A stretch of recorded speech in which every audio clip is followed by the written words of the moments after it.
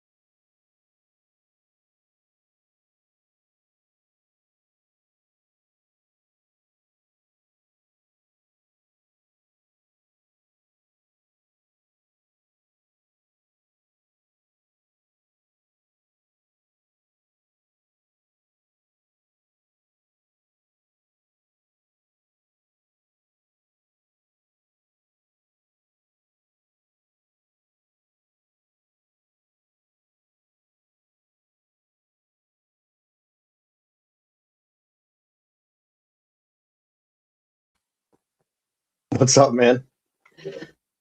Yeah, I figured some people would enjoy that. I enjoyed it. I think it's good. I think it's a good title. How about you?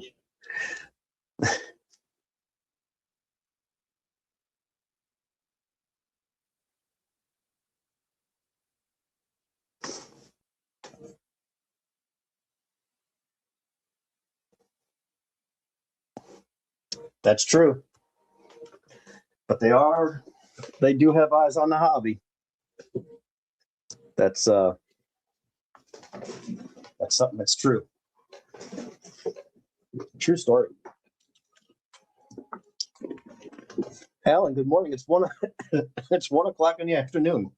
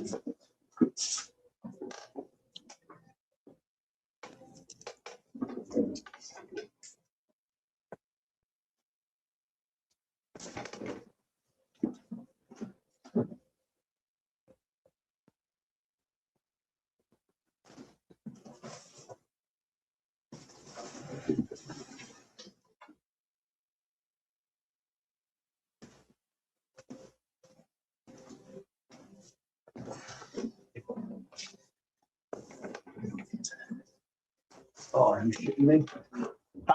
I'm an idiot. West Coast. Oh, that's right. I've totally forgot.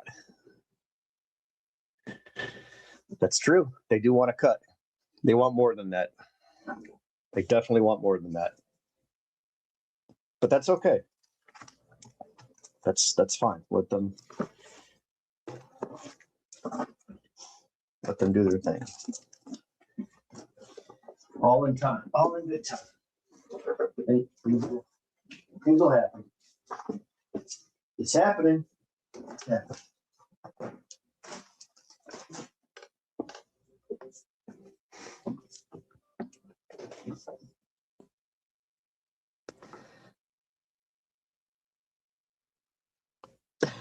Yeah, you're right, Sean. It definitely does.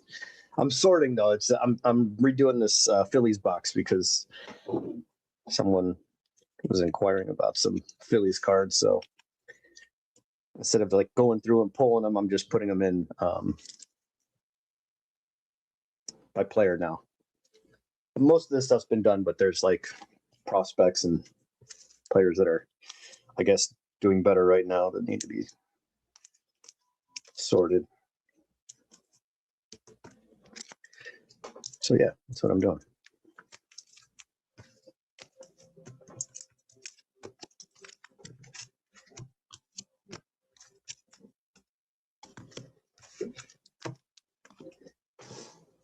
Sorting and kind of top load some of these better cards that are here to sell. I found two Jimmy Rollins rookies in here. I know he's a Philly favorite.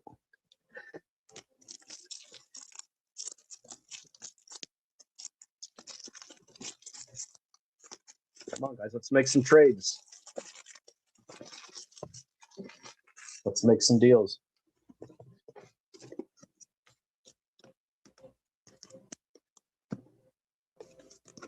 I got to have something you guys want, and you got to have something I can use.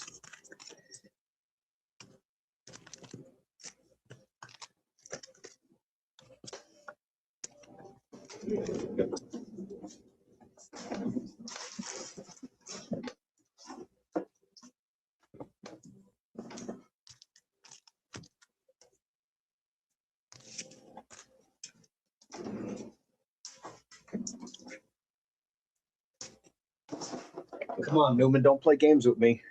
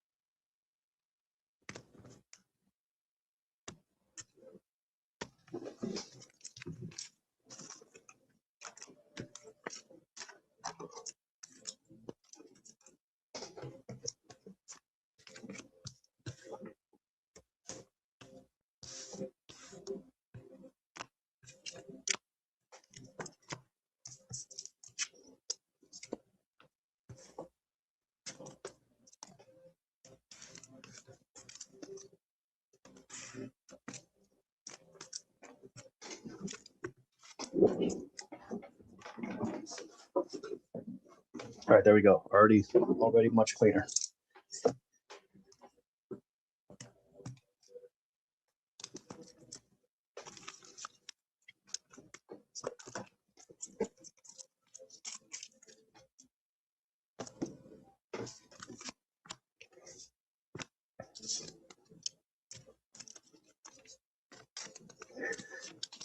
Everybody stop talking. No one's got anything to trade. Somehow she breaks our load. That's a true story. She's not the only one, I'll tell you that. All them freaking criminals in Congress are all freaking criminals, man. They're all crooked. We're just the little minions that keep things running. That's all it is. And that's okay. It is what it is. You know, nothing you could do. The more you think about it, the more mad you get.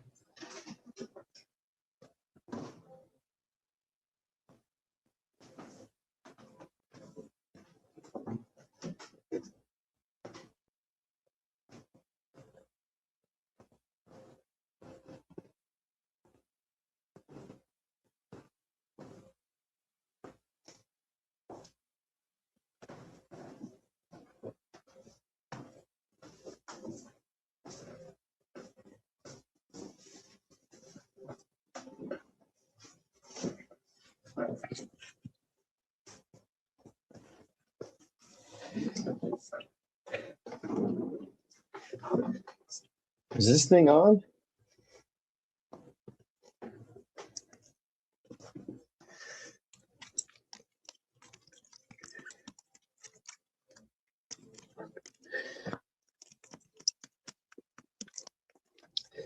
Guys, I think I closed the deal on that soda lot, so that's done.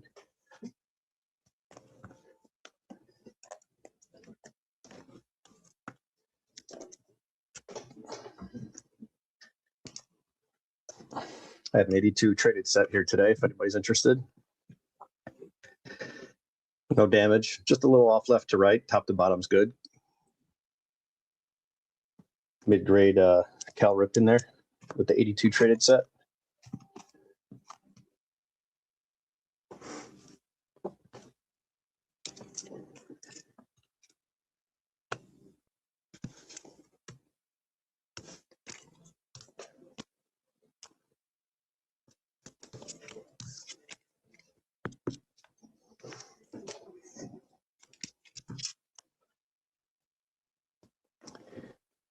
These through the years, golden mirrors and through the years and golden mirrors in series one.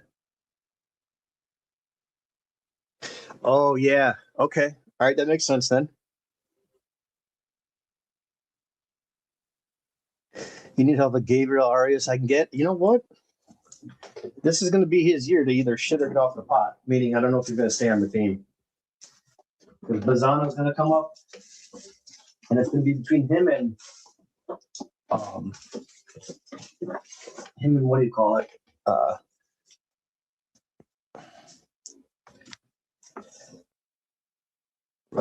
Ricky Ricardo. That was that guy's name. Jesus, man, my brain's fried. Ricky Ricardo, isn't that the guy from I Love Lucy? God, I can't think. Anyway, that one guy. You know what I'm talking about? That one guy.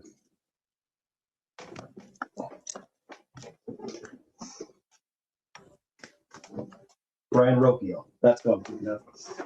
So I don't know if Arias is going to last. Or Rocchio, but I'd prefer Rocchio and Bazzano over Bazzano and Arias. That's obviously I'm not in charge, but that's who I would pick. But who knows? Bazzano could be a bust. It's draft picks. Things happen. Always that risk, but I think that's what is going to happen. Bet on it. Yes, Ricky Ricardo was I Love Lucy. I don't know why that came to my head.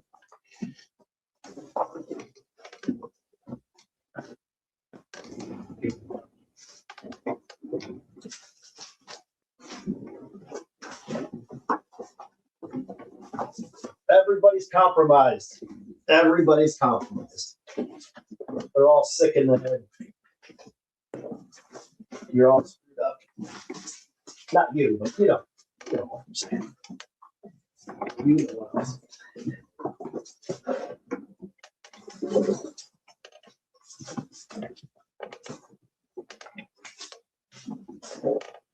saying.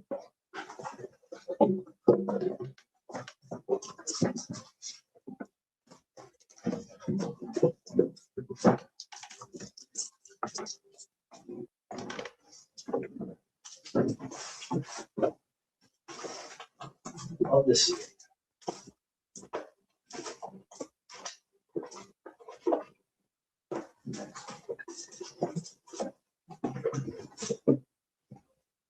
Okay. We're getting organized. We're getting there. Starting to look good over here. Starting to look good.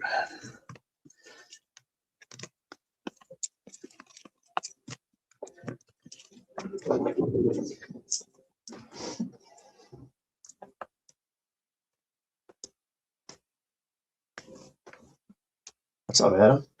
Ray, Smalls, who else is in here? Hit that thumbs up if you can. Get some more people in here.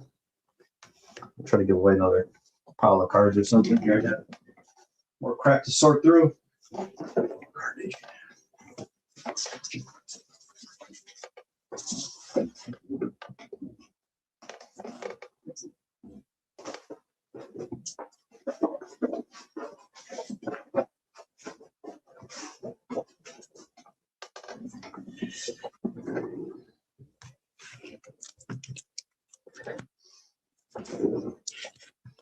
Cards on the trading block, 82 set here.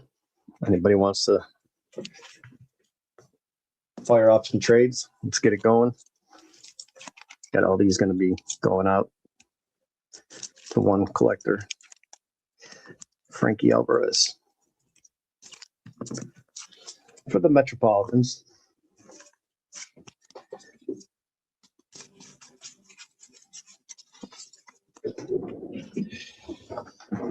Dino Nuggets. Man, so what are the kids eating, Ray?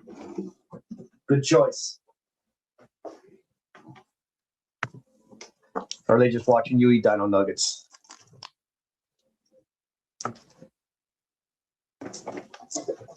Ray, White Castle chicken rings, air fryer or in the oven. Whatever it says on the bag, leave them in there for like an extra minute or two. Man, I'm telling you. Got those things perfect now. Just got to work on the frozen sliders. I don't think it can recreate those.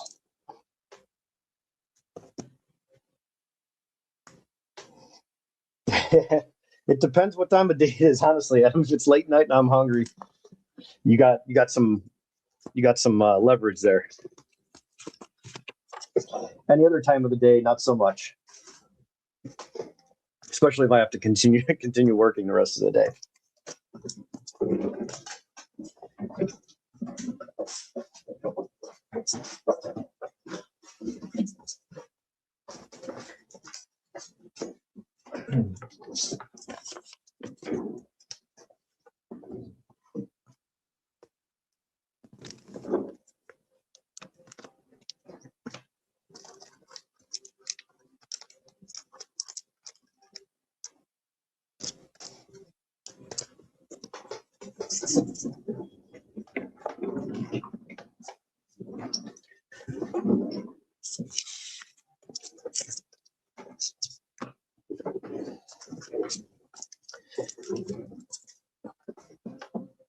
All right, fellas, we are laser focused today.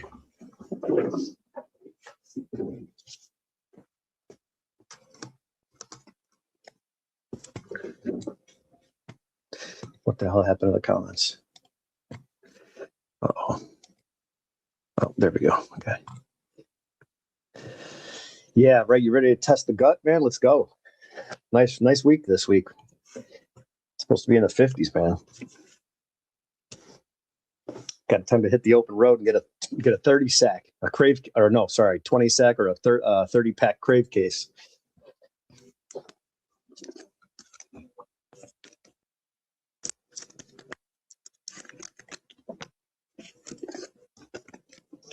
What's up, Franklin? Oh, Franklin, I got to send you your package. Let's do that now. I was going to do that tomorrow, but let's do that right now. Make sure I got your address right here for your Super Bowl square.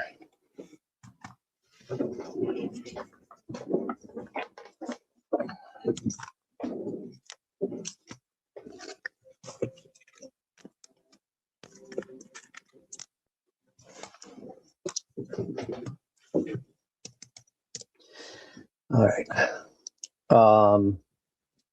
156 is the first three of your address. Fraylin? I know it's like colder in my house. I was going to open the windows here soon, but I had to Had to track down a hoodie, and then I sat back down. Okay, Franklin, thank you. Yep, I got you, man. I'll send it out right now. Okay, so this is 10.3. I gotta wait. Let's get a scale.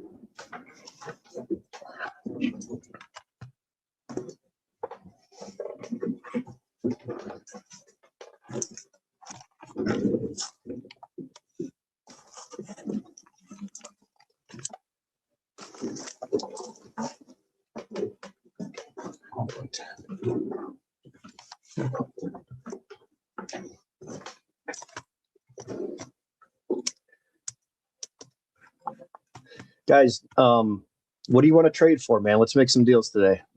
We're gonna do a lot of trading today. More trading, less talking. More worky, less talking.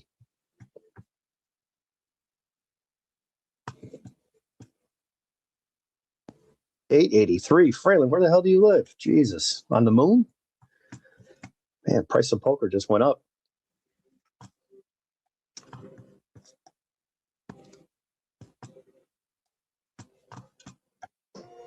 All right, we're printing. All right, friend, I'm gonna send you a picture of this sticker, just so you have the tracking.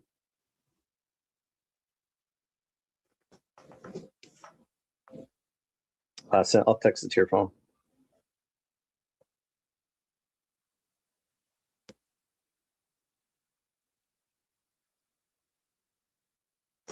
Sean, you still in the chat? You want to go through those ones that I sent you today if you got time?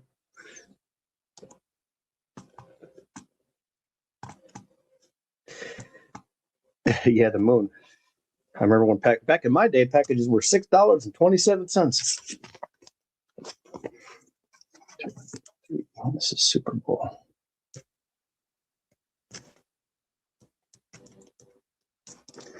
All right. Back in my day. All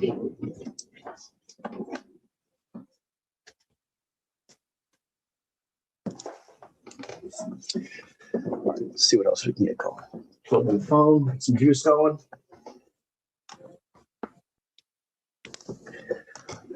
Franklin, I just sent you a text. Okay, good. You got it. Good.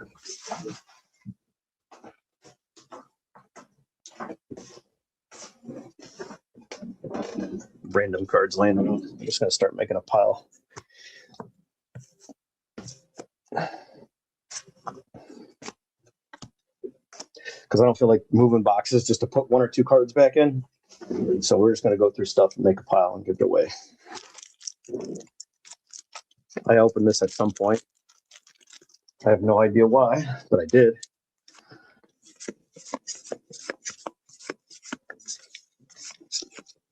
Carney Lansford. Did he play with Oakland? I think he played with Oakland. Gary Woods. Bucky frickin' Dent. And a wax wrapper.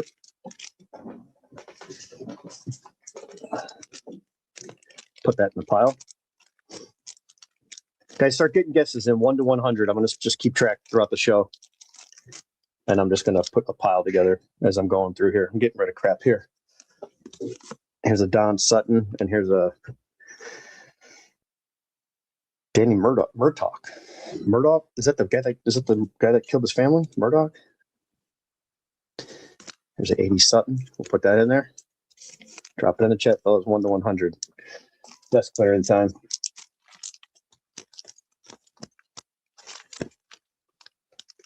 There's a nice Max Fried with the Padres.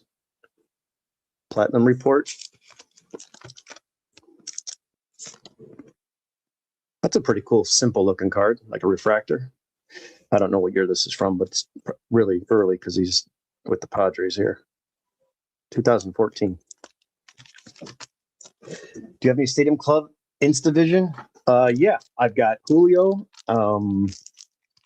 I just sleeved up a Julio yesterday. I had a couple actually. I think I gave one to Infuego, so I know I have the Instavision in here because I just sleeved it up. I've got 3 of them, I think. I'm trying to think who the players are, but I've got the Julio. Put the Mays in the stack. That's funny. The Insta Vision is in here. It's in here somewhere. I think I have a Harper, and I think I have a. I know I have a Julio. I just put it in here yesterday. Now I'm gonna go crazy trying to look for this thing because I know it's a thicker case. They're like thicker cards, but I know I have 3 of them here. I pulled out 3 yesterday of different players. I just have to find it. But those are available if you're interested. Just let me know, and I can put them aside for you. Oh, that's awesome, man! That's a great card. That's a big card, man. That card has probably went up 3 or 4 times since when you got it. That's a pretty good one. That case, man, we pulled so much stuff, and it was like, it almost looked like we took it, like someone took all the good boxes that they knew and made another case. Because when I got that case, I think that was an open case.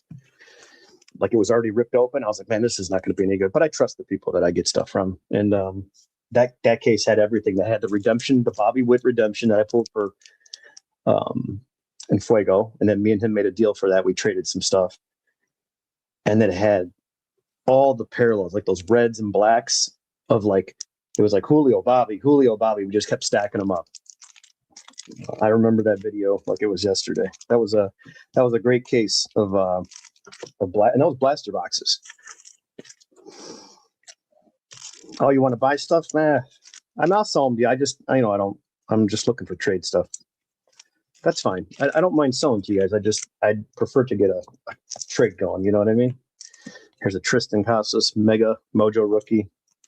Jack Flaherty. Let's see what this is in.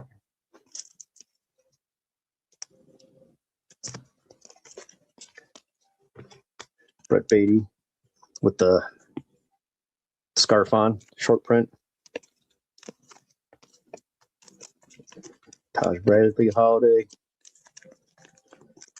Casey Mize, X Fractor. There's a Riley Green from the J-Rod Collection rookie. Riley Green rookie. Miggy, Javier Baez. Here's a Riley Green with the scarf on. I'll throw that in there too.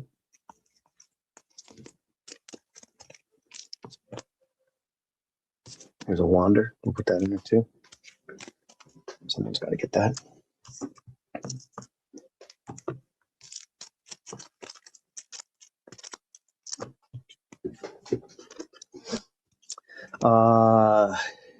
The 92 variation. Yep. Pulled a lot of those in there too. We pulled some good ones out of there from that case.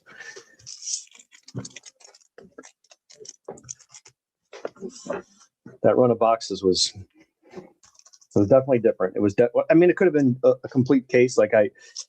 It may have been. What I remember though is I don't think it just seemed like it had too much of the same consistently good stuff. Like it wasn't collated properly, or it just seemed off. You don't expect the case to be that good, but hey, we'll take it. Here's a Smoltz rookie. Here's a Ricky Henderson. Here's a Carlton Fisk. We'll throw those in there. Here's a Bowman Chrome Sam Hilliard.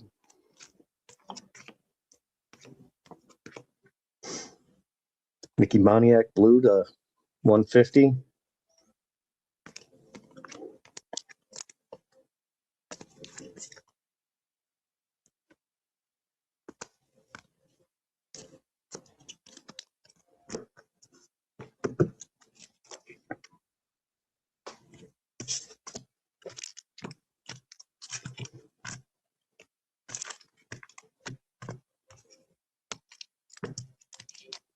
Mini Cardos Platinum from 2022. Yeah, I wonder which one was that. Yeah, I have Cash App. Yeah, can I Cash App you how much for those so you throw them in a package? Oh yeah, okay, Franklin. Yeah, we'll work that out. Let me find them here in a second. Let me just show you which ones I have. I know I have at least 2, but I think there's 3, and you're more than welcome to make a deal for them. Let me just. Here's a Nolan Arenado oversized. I don't know what the hell this is from, but it's like a box topper. Can have that too. Guys, start dropping numbers in the chats, 1 to 100. I'll write them down on a piece of paper, and we'll do it at the end of the show. I'm just going to load this up, and I'll pay for shipping and everything. I'll take care of it. We'll make a nice big box. Whatever this pile is, just keep growing as I keep going through stuff.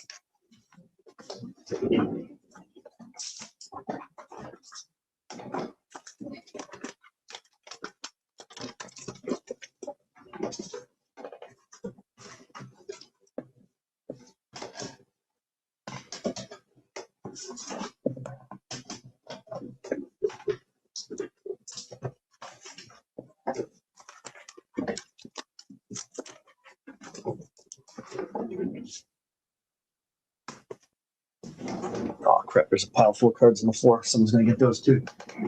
What a mess over here. Sold it for 150.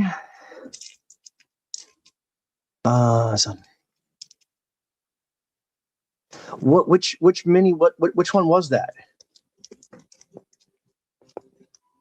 Oh, the team card. Okay.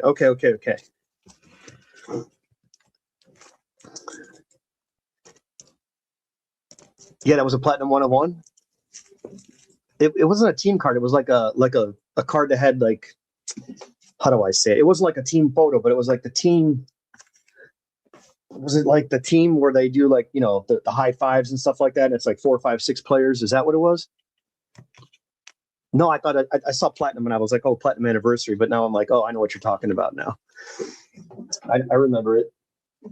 It's like, it's a team card, but it's not like them all sitting on a bench. It's like, I don't know how to explain it. It's a non-traditional team card, you know, like the ones that we see today. Yeah, 2 players on it. Okay, gotcha. That's what I was thinking of. Yep. Well, cool. That's good, man. That's good. All right. Okay, this is gonna go in this pile. Right, we got to keep sorting here. See what's going on. This, I think, this Tyler Soderstrom, it came back in 8, but I think this is Rocky's because this was like numbered 1 of something. Yeah, 1 of 150. This is Rocky Deckard's. I gotta send that to him. That came back on the PSA order.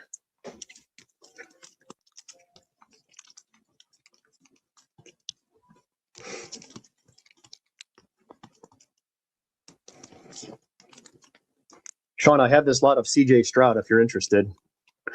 I've got the 10 die cut, the die cut, same card, the red yellow. But this one is club level, and this one is also club level. This one's concourse, and then this one is concourse, but it's the hollow. And then I got this one. So, Sean, if you want to make a deal for these, I'm trying to sell these in a lot. So, these 5 cards. Okay, I'll put them aside. I'll put them in your pile that you got over here.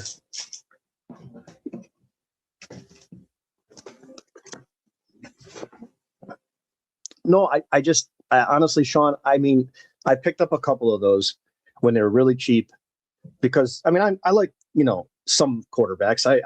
I get, you know, oh, if you buy these, you know, they go up. I know quarterbacks are highly collectible and all that. I think I bought a bunch of crap from the card shop one day, and he just had a box. He usually just gives me all the stuff that comes in before he prices it and says, hey, here's what I bought. Here's all the vintage that came in. Here's all this that came in. And he just hands me stacks with a sticky note, which is basically, hey, this is what I paid. This is what I need to get out of it. And I'm like, all right, I'll take a few of these and I'll just buy 30, 40, 50 bucks worth of stuff sometimes when I'm in there. And that's kind of what happened over time. I just accumulated those because they were affordable. And I'm like, I'll take some of these, see what happens. And that's what I ended up with. But those die cuts, if you wanted to grade it, those cards are all really clean, like surface wise. And, you know, I'll let you do what you want with them. Low number Derek Lee parallels. What team? I just need to know the team he's on.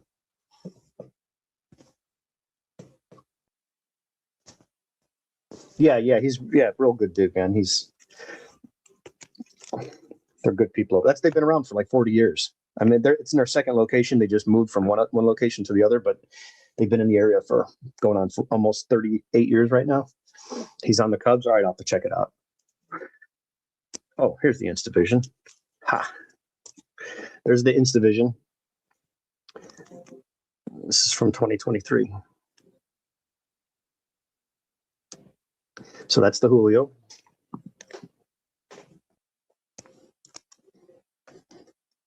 I'm going to have to pull up the checklist because that's the only way it's going to refresh my memory. So I know what.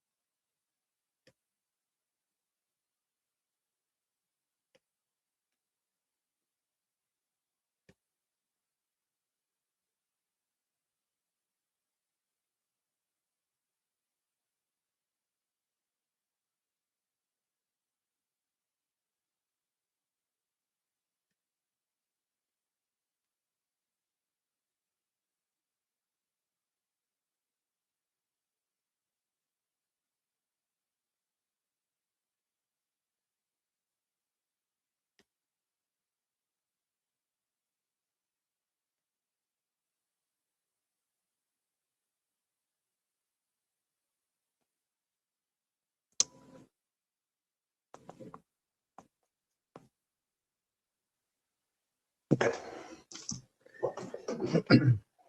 Let's see what else I got in here.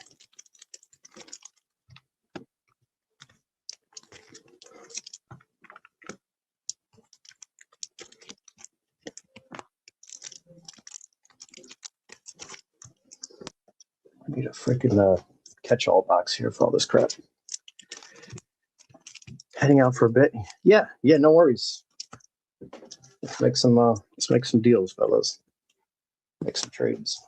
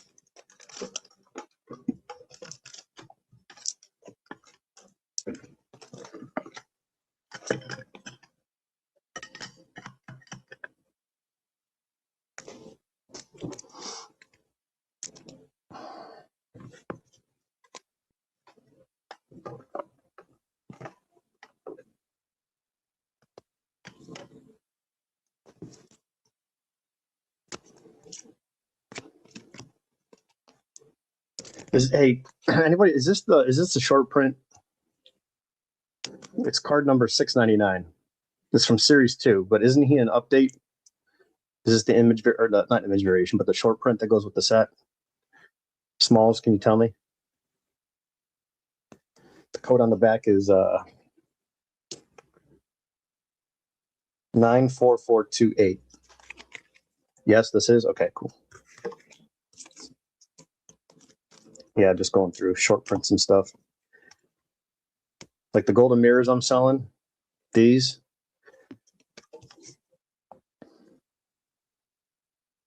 But I'm keeping the short print ones. Like this, one of these is a base, one's a short print. I'm not sure. Jake Cronenworth, that's from like 21. Yeah, 2021. I'm just gonna put these with my complete sets.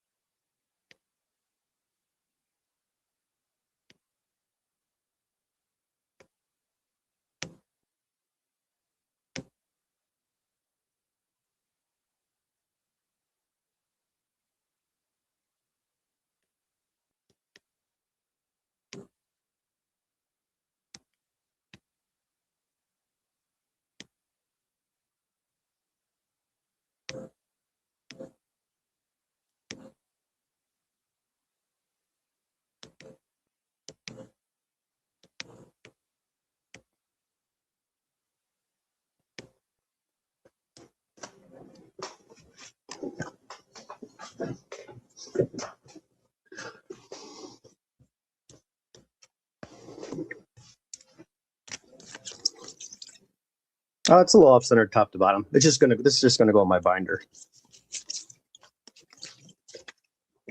These are the stuff that I save for my complete sets my binder sets that I build. I'm interested always in the short prints if anyone's got any of those. Always looking for that stuff.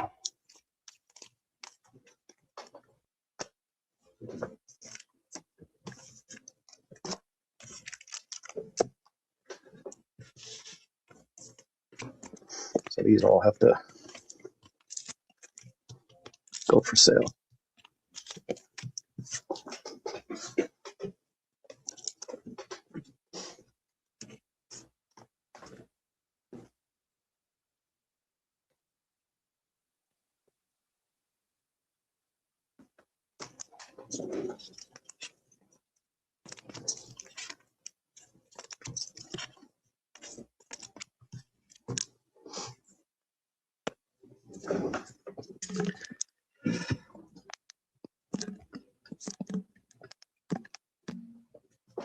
Oh, that's interesting.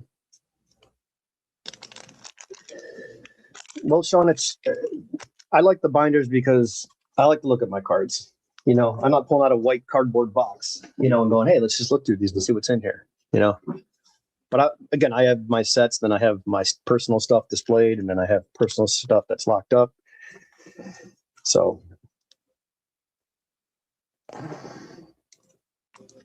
there's another one, Mitch Haniger. So there's 1, 2, 3, 4. There's another gold back one, Jose Soriano.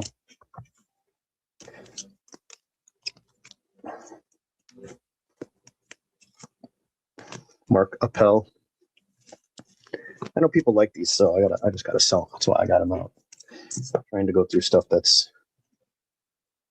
needs to be listed, or I forget.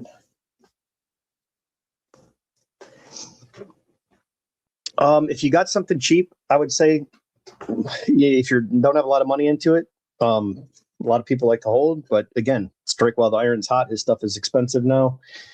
I mean, everybody thought Henry Davis was going to be great, number 1 overall pick. You know, his cards are nothing now. I'm of the belief of, depending on how big the card is, even when they get good and then they tail off a little bit and then they're still kind of solid, look how much money you lose. Look at that Jackson Merrill I have, the orange to 25 auto, his first auto. It sucks, man. Could have had almost 4,000 for that card. I'll be lucky to get 1,800 for it. But I'm just going to hang on to it until the right deal comes by. But I also got it out of a break, you know, I mean, a break spot, like a single team. So it cost me like $45 to get it. Yeah, Appel, yeah. But it doesn't really matter because people want these for like sets that collect them. So these things always sell between, $8 to $25, depending on who it is. Now, if it's somebody good, you're looking at 100. Like this Baez will do like probably 40. I haven't looked, but I would assume at least $40. Baez had a better year, turned his thing around, because I used to say he was the worst player in baseball that's actively on a roster in a starting position. 2 years ago he was, but last year he turned it all around. Played really well. It's a Panini, but his autos at a $1,500 less. Yeah, again, so then you can't go. That's what I mean. You can't go wrong. Just that's a personal preference. I don't see. Can't do no harm with what you got into it. It's not like you're out buying them and then you got to decide like you want to unload some of them. No, you have the cards and you own them, and that's that. It's nice to be in that position, is what I'm saying. That's kind of like the card that I had with Jackson Merrill. I had it for like 2 years, and he was working his way up through the minors, and no one really paid attention. Well, they did, but he wasn't like Jason Dominguez coming up through and all these other guys that kind of come up faster. He did come up pretty quickly, but it was like, oh, this is an expensive card. It was like $200, $300 I got offered when I got it graded, and it came back at 10. Then I got offered $800, and then I had it at a show, and I was like, I think I could have got $3,800 for it. I was at 45, and that's kind of where I stopped. And I was trying to look through this trade stuff, and we just didn't end up getting a deal done. And then now I still have it. Yeah, these are the SPs. Yeah, these are all golden mirrors. I'm just going through like all these boxes. I have all these golden mirrors of different players. I'm just going to list them all at once, because the people that buy these, they'll gravitate towards it, and they'll be like, oh, you have this one. So a lot of them are set builders. People are crazy. I mean, I'm a big set builder, but there's guys that do master sets. They'll build the SPs. They'll do all the purples. It's crazy. The stuff that people collect, just because they're not on YouTube, you'd be surprised what people get into in terms of like master sets. They must have like endless money too, because they just want the card. Money's no object. They just don't care. They're like, yep, I need it, I'll buy it. He's been going after golden mirrors. Oh, okay. Yep. Yeah, he pulled some Indians in his break last night, and I told him, I said, set those J-Rams aside and those Indians cards. They're worth nothing to anyone else. I mean, Jose will bring in a few bucks, but you'll get more out of me than you would anyone else, at least in terms of trading. Not many places you can go and get a decent trade for Indians cards.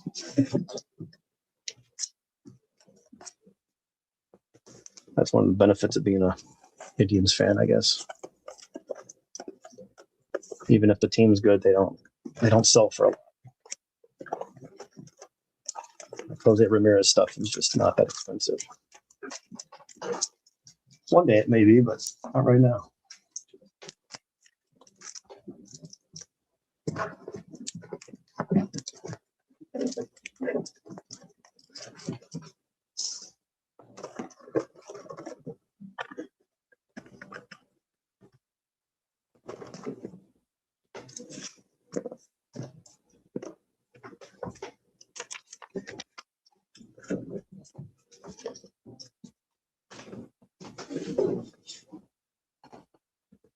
Yeah, let me just say that yeah, he's okay. He's none of the Indians are going to make it through and do anything. I mean, look at Travis Bazzana. Oh, you got to buy Bazzana and Caglione. You got to buy these two guys. Jack's not even on the roster, allegedly, to start the season, right?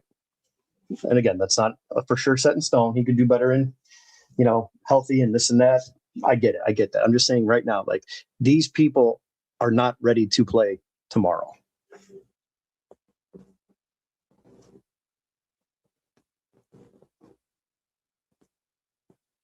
Oh, that's cool. Yeah, they're tough. I mean, they're tough to pull, but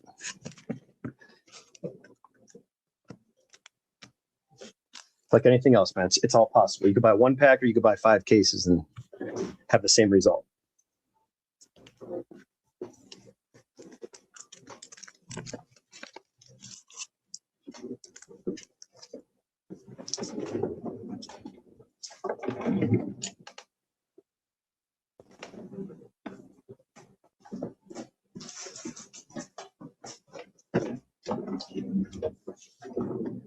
Let me see who else I have for this.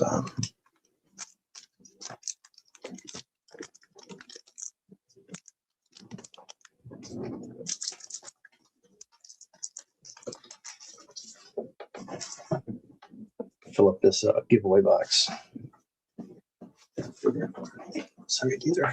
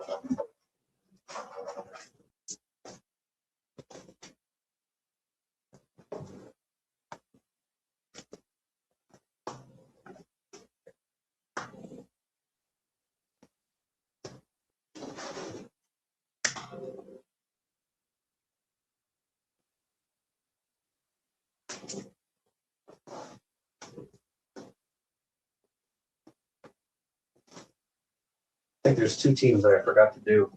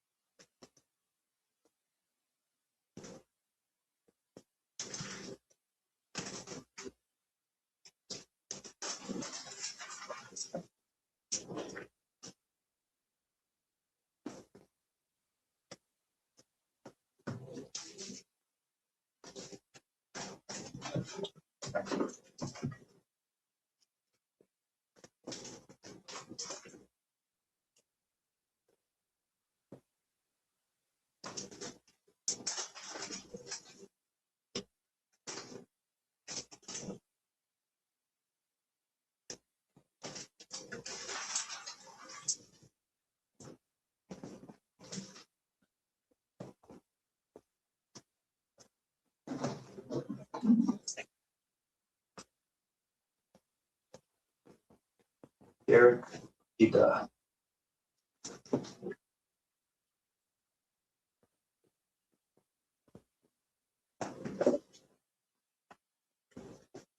Nailed it.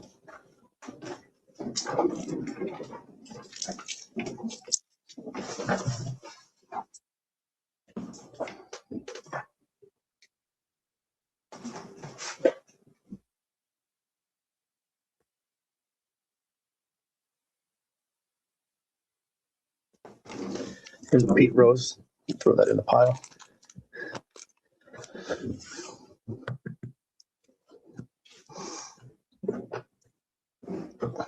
Yeah, that's a good one. Blaze Jordan's on the Hot 20. This is yeah, Blaze Jordan. I've got a bunch of him.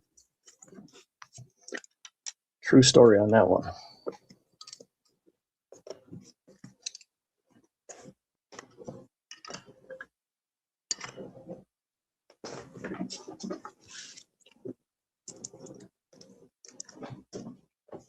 Here's another Pete Rose. We'll put that in the pile. Guys, drop a number in the chat, 1 to 100.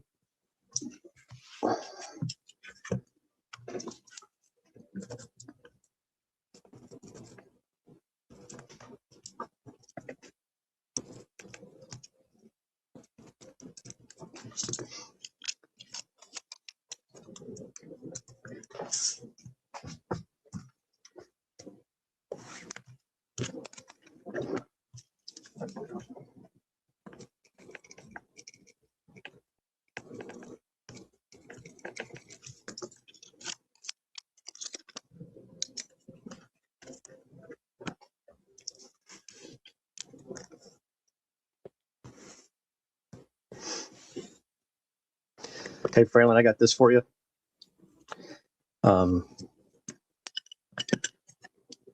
Let me see what other ones I have as I go through these.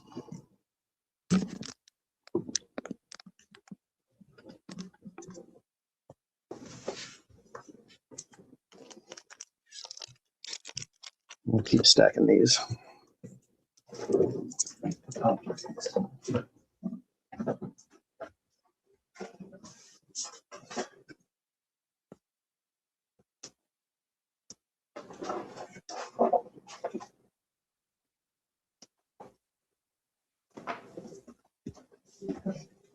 This is that Jackson Merrill that I was talking about that I could have sold for a lot more money.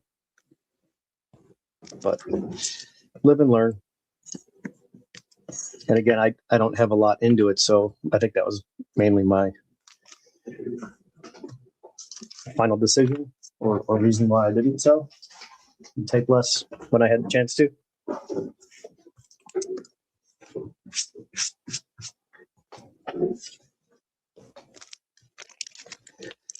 So this is all for. Let me get a box at all for this giveaway stuff.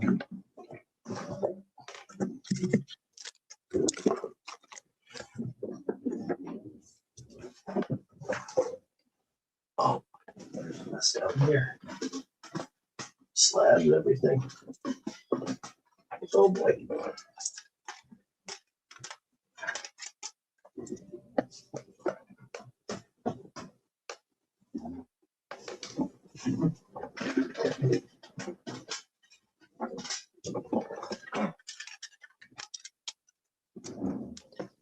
What a mess. Okay.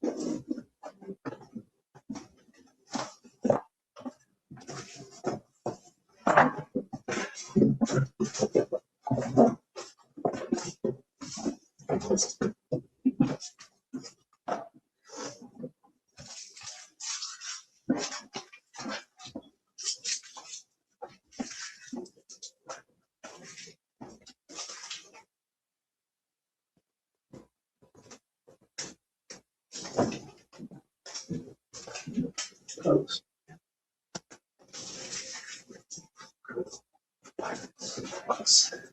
Oh, here's a very long house.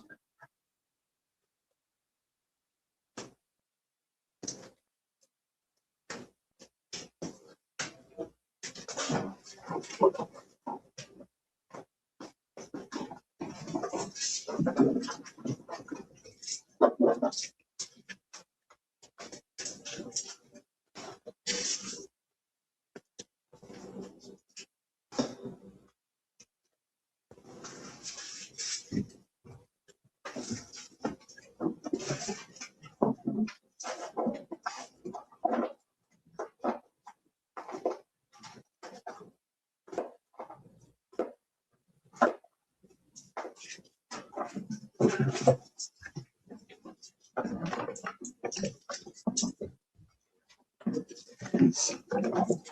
see what's in here. Little collection. Uh-oh. In-laws. What's up, Floyd fan?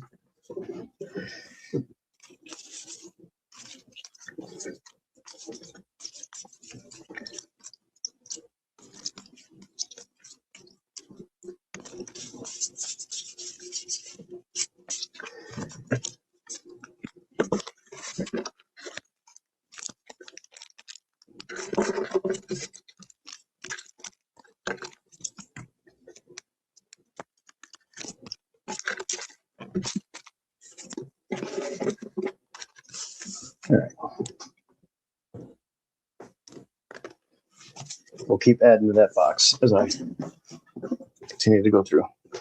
All right.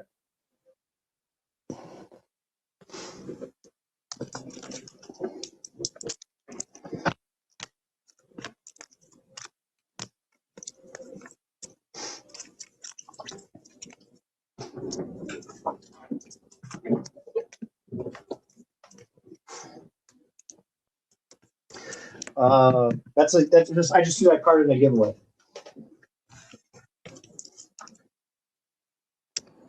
I'm just making a box of stuff and gonna give the whole box away. So if you didn't pick a number in the chat, drop a number in the chat, 1 to 100.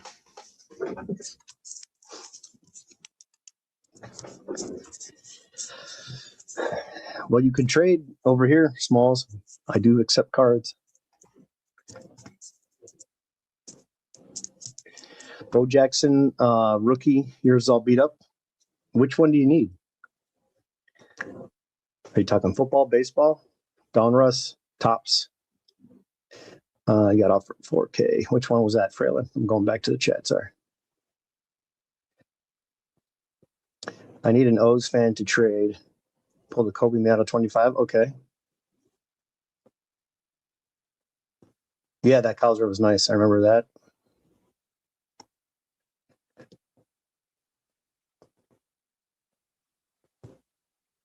Oh, you're talking about Blaze, yeah. Okay, Floyd fan 52. Make sure everybody else, anybody else did I miss in here?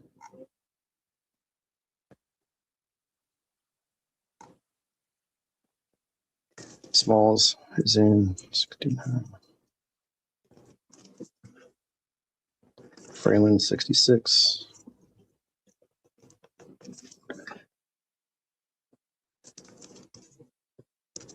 Sally 27 and Sean 34.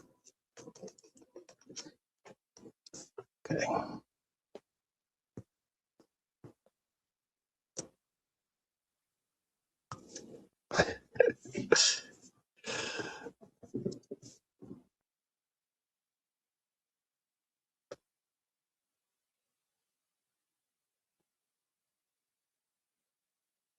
right, anybody else not drop a number in? Drop a number in. 1 to 100. That's what I got so far.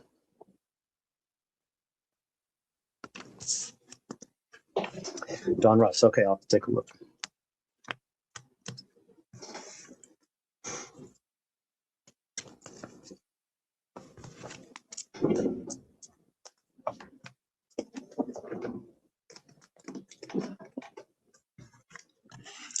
This card's damaged.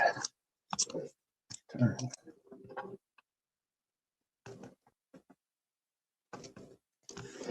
This card's damaged. Return the Tops.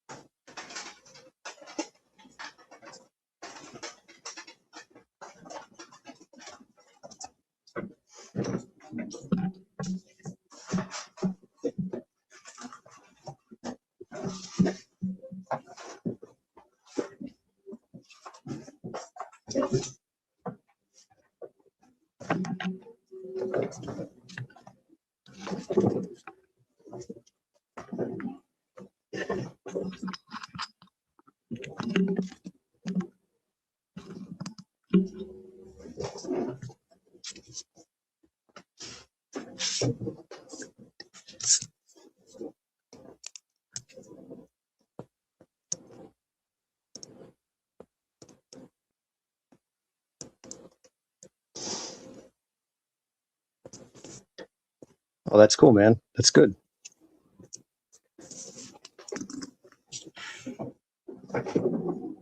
What made you start the vintage football?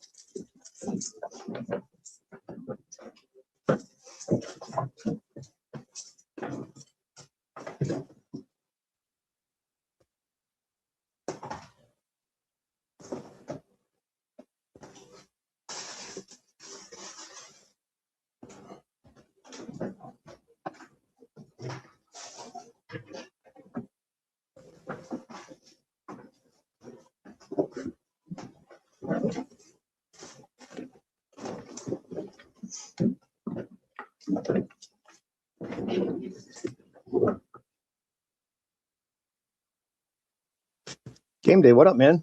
Just hey, pick a number in the chat, 1 to 100.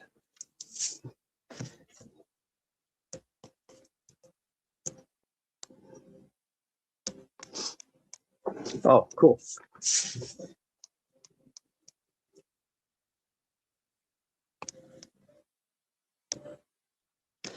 Yeah, Pokemon's pretty nuts, man. I just don't know anything about it.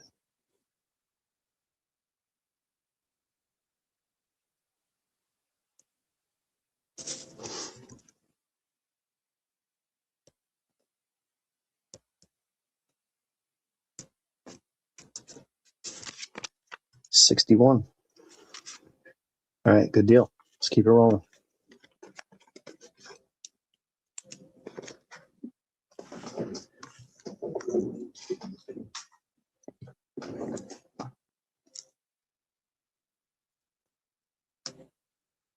Oh, wait a second.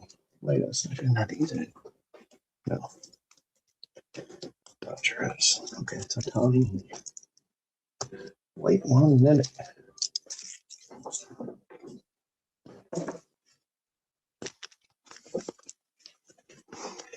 No, I haven't been on in a long time. I took a long break and just whenever I got time and need to get something done, honestly, that's kind of how I do it. So there's no rhyme or reason. Like I used to do it every Friday, but that's it. But I haven't gone live in a long time. I haven't done that show in a long time.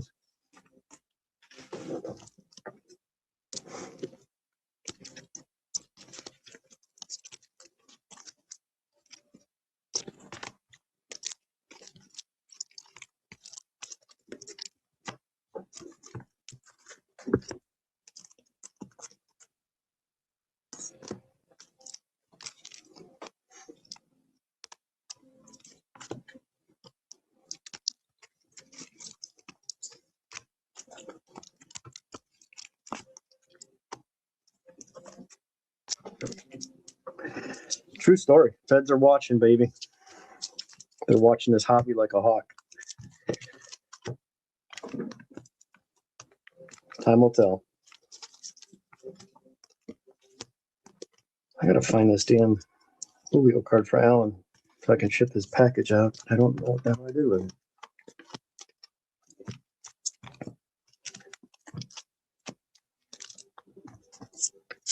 Way too many Julios. Ha, there it is. Alan, there's the gold.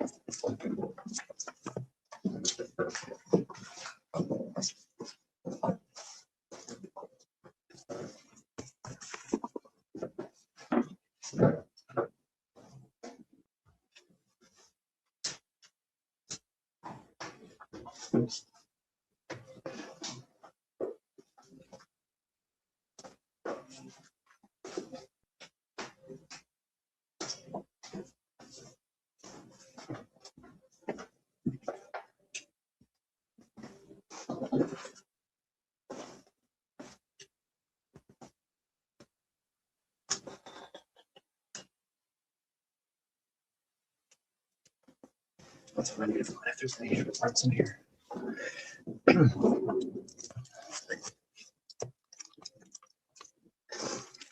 It is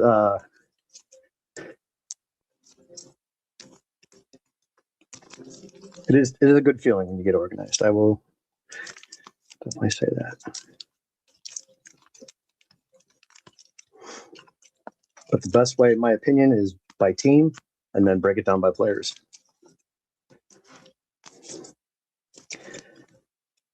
Just, it does take a lot of time out.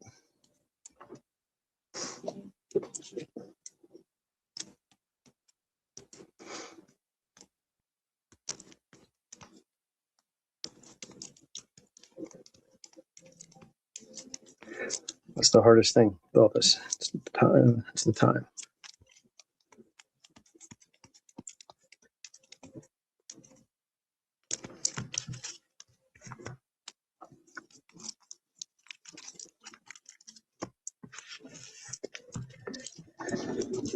Yeah, the selling part is hard. First, before you do anything, just get organized so you know where your stuff's at. Especially when some of these players start to get good or popular. For whatever reason that may be, it's another subject, but you know what I'm saying.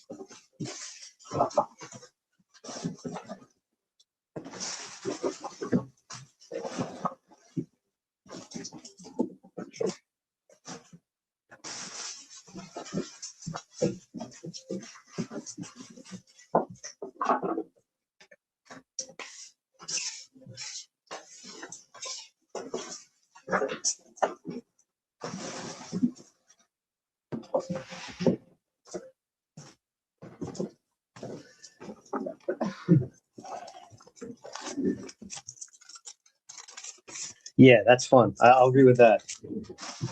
Unless you're like me most of the time where I'm like, oh, this sucks. Because I missed an opportunity of selling something.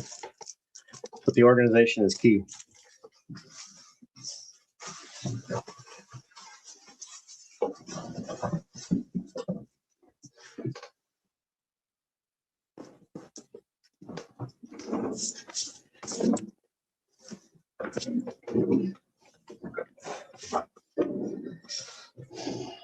Yeah, no worries, Franklin. I'll find those other Instavisions once I figure out.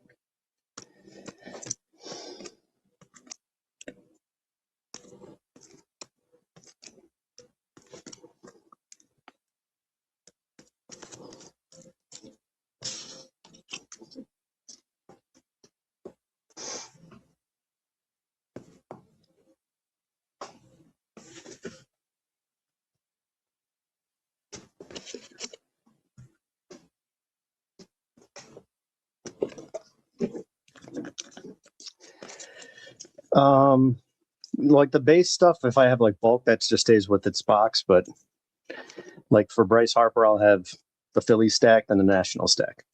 So he'll have cards in the Nationals box, and then like right now, I just had stuff unsorted, and people are asking for Bryce Harper.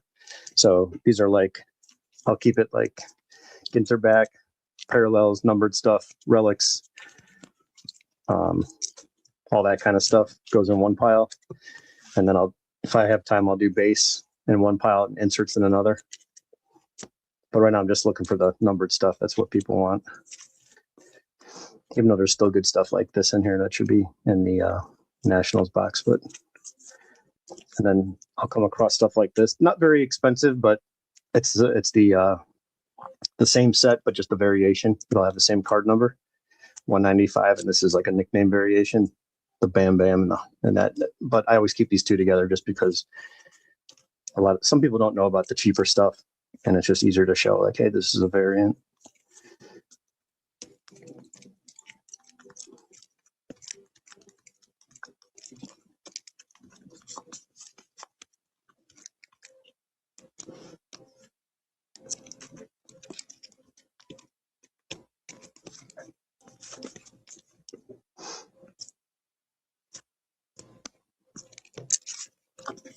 Here's another one with two different images, same card number.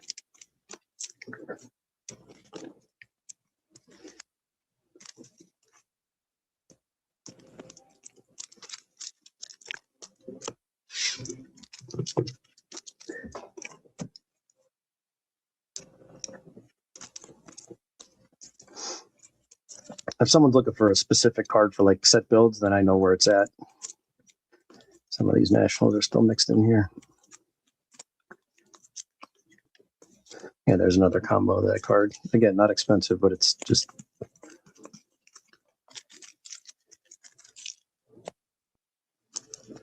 Sometimes people see stuff that they don't know exists. And they're like, hey, I need that from my collection, or I'll take that. And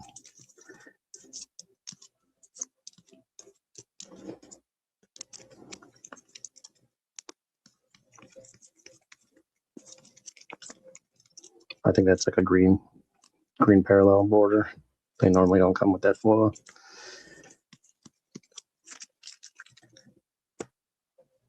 But yeah, just break it down by teams. I used the shoe boxes, and I have like multiple for each team, and I have them on racks, so they're all alphabetical order. So I can quickly grab a team, and then once I break that team down, I'll have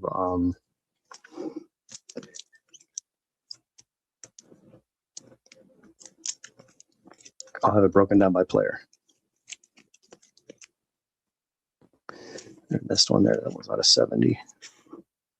70th stamp.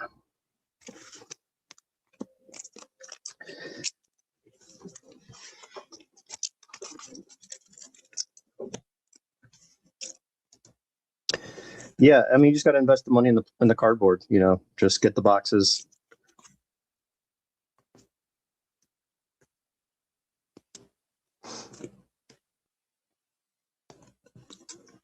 It's really all you need is just to get the boxes and get started.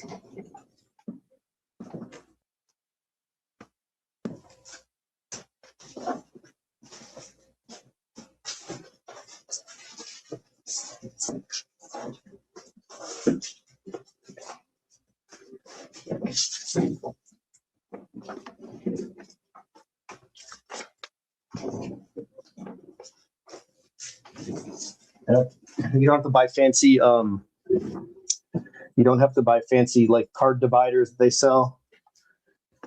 Just go on Amazon and grab blank index cards for the ones that just don't have the lines. I mean, you can buy whatever you want, but I just buy packs of the index cards. I mean, they're pretty cheap. You get like a 8-pack with like 100 in each or something like that.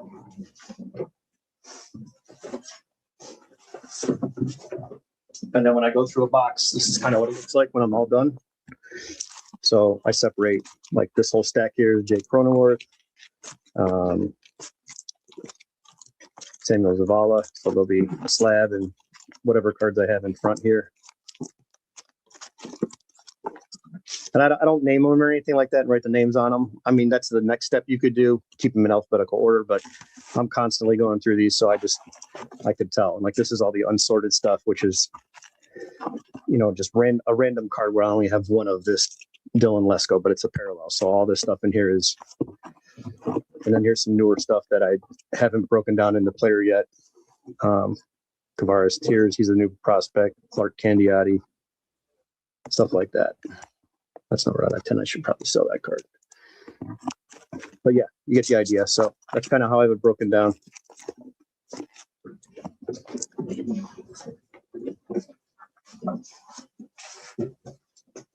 And it helps out big time though when you're looking for cards quickly.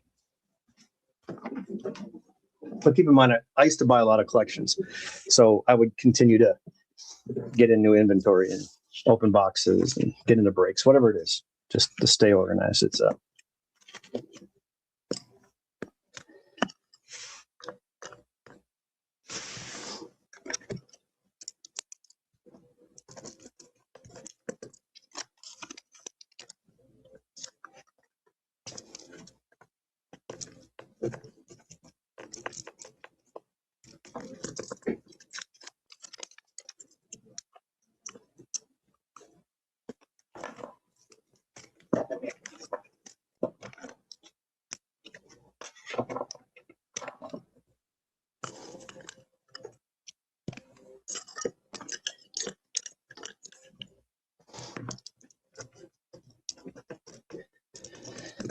I gotta find this Instavision, see what other players I have. I know I have at least 2 that I saw yesterday. Yeah, anytime, man. Anytime you need help with something. I used to have, I have supplies, all that stuff, dealer accounts. I used to get all that stuff. I buy boxes and cases. I'd have so much stuff shipped here. It just it's overwhelming. It's the time. I wish I, didn't have to, I guess, be an adult and do adult things, but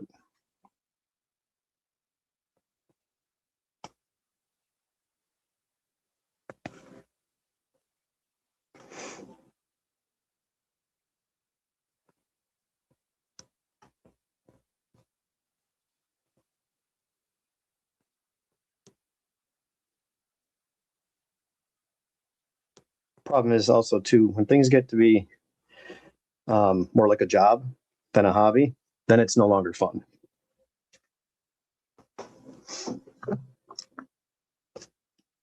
And just have to be careful extending yourself, doing too much. It's never good.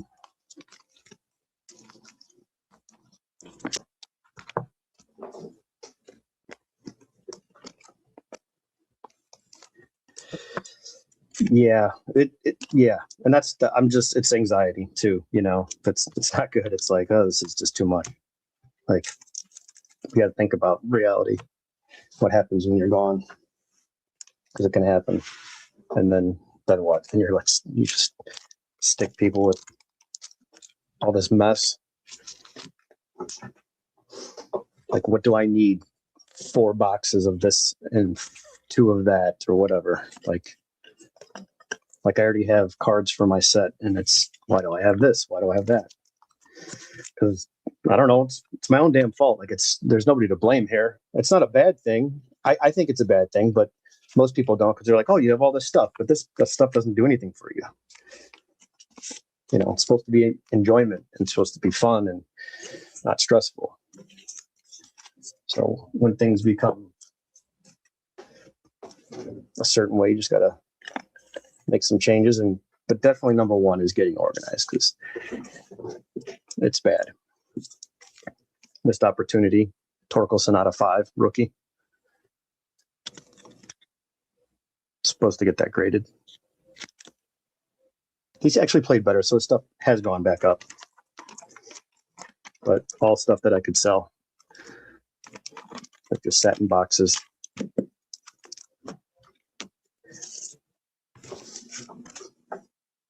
Yeah, that's just one player. When you have all these cards, if you're not having fun with it, why have them? You know, why have all this stuff? What are you going to do with it? You just end up passing away, and then you leave all these cards to somebody without a story. There's no meaning behind it. They don't know anything. They're just going to sell it. They're just going to sell it and take the money.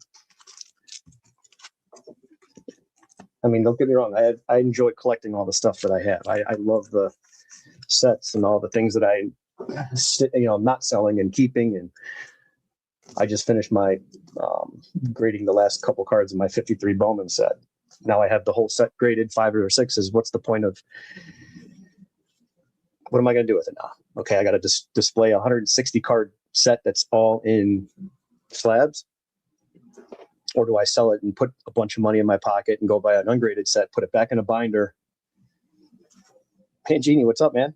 It's better to have too much than not. Yeah, that's... listen, man, you're not going to get any complaints out of me. Guys, if you don't follow Mr. Mangini, click on his name real quick. And if you want to see some awesome cards, not a ton of modern, but some of the best vintage cards and vintage stuff that you rarely see. He's got a couple good rants once in a while. But amazing collection. Give him a follow if you guys aren't already subscribed. Mangini, are you coming to the Strongsville show this year? Or I should say Independence.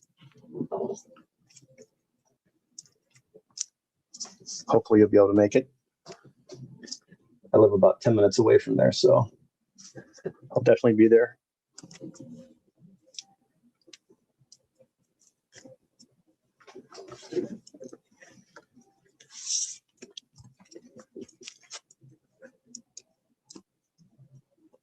But this is the kind of stuff that I like, getting a ball from a fellow collector. This is, that's something I'll never sell. You could give me anything for this. I won't sell it. The story behind it is just much more better than owning the card that I had, because I have no attachment to his card. But when a player reaches out and they want their own card, I think that's really cool if they're collecting their own cards. Because a lot of these players that are out now, they collect. There's big collectors in the hobby. I know Bobby Witt collects his own stuff and other players, but there's several guys I used to follow online too. There was a Cubs pitcher that just had a baby recently. He was a rookie in 2023. I can't think of his name, but anyway, he's a collector too, not just of his own cards. Yeah, absolutely, Mangini. Yeah, we'll have a couple drinks. I'll definitely be there for sure. I think last year I was there. I had to leave. I couldn't stay long. I was in and out in like an hour, and that was it.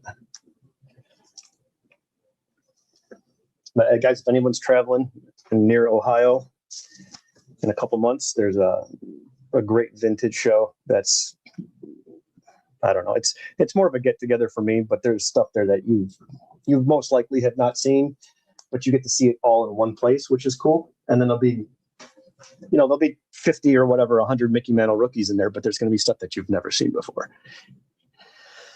Walker Janik, a good player. I know he's a popular prospect, but I've heard of his name. That's just such a, Oh, you've never been to that show? Okay, I didn't know if you went last year. Yeah, I was briefly there for about an hour, but the little meetup and hangout was fun. I think I stayed for some card trades and then a drink or two, and I left. So I just couldn't hang out the whole night. But yeah, this time I'm gonna have it have my schedule free so I can hang out the entire night. I may bring that Bowman set with me and try to do a trade or something. I'm looking at consolidating some cards. Yeah, Sean would know. Sean's an Astros fan. He follows the Astros a lot. I know you guys are Texas, so Artie's a Rangers fan. Do I know about the 62 Jello and Kellogg's? Yeah. Just trying to find out which one I have info. Yeah. Actually, you know what? Go to Mangini's channel. He actually, I think he has a video on those. You could find. It depends on what you're just trying to find one card. Oh, okay, gotcha. You stayed at Trunk during the National. Gotcha. Yeah. National's like 15 minutes away from me, or the IX Center. What used to be the IX Center that's now sold. So I think that was another reason why they did Chicago the next couple of years, because the Cleveland one's not going to be in the rotation. We have better locations for it. It's just the cost that they get the venue for. It's much cheaper over there. And there's not much going on in that area. It's just an airport, a couple hotels. They're small. They get filled up fast if there's something big coming in. And there's a Ford plant over there. There's not much of anything near the IX Center. But they have another convention center that's 5 or 6 years old downtown. That's really nice. And they had the All-Star Fan Fest. I think it was 16 or 18. I went to the All-Star game. It was cool. They had T-Mobile. They had like the zip line in the street where you could zip line from one end of the block to the other. I was able to get, I think, 4 Hall of Fame autographs, 2 per ticket. And Ray went with me. So there's 3 of us. I think we each got 4 baseballs. But the All-Star Fan Fest, if you ever have the All-Star Fan Fest, which is basically the event before the All-Star game, it's during the softball, celebrity softball game. That's good to go to. You just pay for your ticket and you have to bring a ball or something like that, but you can get into these lines and Raleigh Fingers, Jenkins, stuff like that, still living Hall of Famers, good names too. And you get to go up there and get an autograph, take a picture if you want with them. They're really nice. And then MLB puts a little decal on your, if you have a baseball. If it's a card, I don't think, I would want a sticker on my card, but they'll put one on the baseball. So I was able to get, I think we each got 4 different autographs, but it might have been 4 maximum. And it was nice too, because I think some of the tables had like 2 or 4, from what I remember, Hall of Famers at a table. So you can hit one and then go right next door and hit the other in the same line. So you didn't have to continue to go. Yeah, the Kellogg's were definitely different. Yeah. The boxes are the Jello ones. Yeah. Mangini's right. Yep. Then they had the bazooka boxes too. Those are really tough. Those are a lot taller. It's basically it almost looks like a Cracker Jack box size. And the card will basically be, I don't know, maybe like this size, like 2 cards, 1 3/4 of a card, a full and then a 3/4. That's about how they are for the bazooka ones. And it's ridiculous because if you have a dotted perforated line and you don't cut on the outside and show all the dotted lines, you won't get a numerical grade. You can have a razor sharp card, but if you're missing one of those little stitch dots that they have that are marked on the carton, it's an authentic. It's no good. But don't get me on my rants because it's absolutely asinine.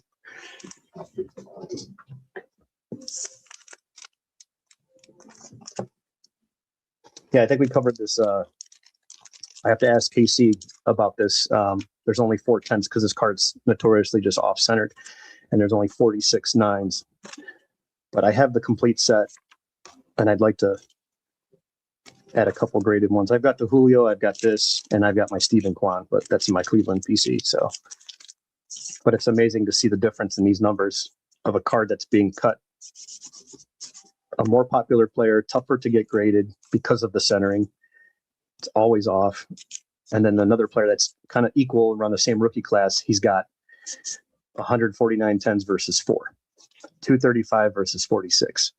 So you can see the spread there is has nothing to do with anything but the way the card was cut on the sheet and the way they were produced or manufactured, or whatever you want to call it.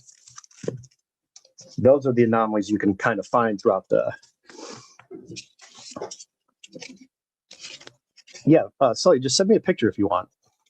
Yeah, front and back too. The bazooka will have the blank back, like the carton, you know. But remember, the Jello cards are a lot smaller. Here, let me show you. I got my errands. I can show you.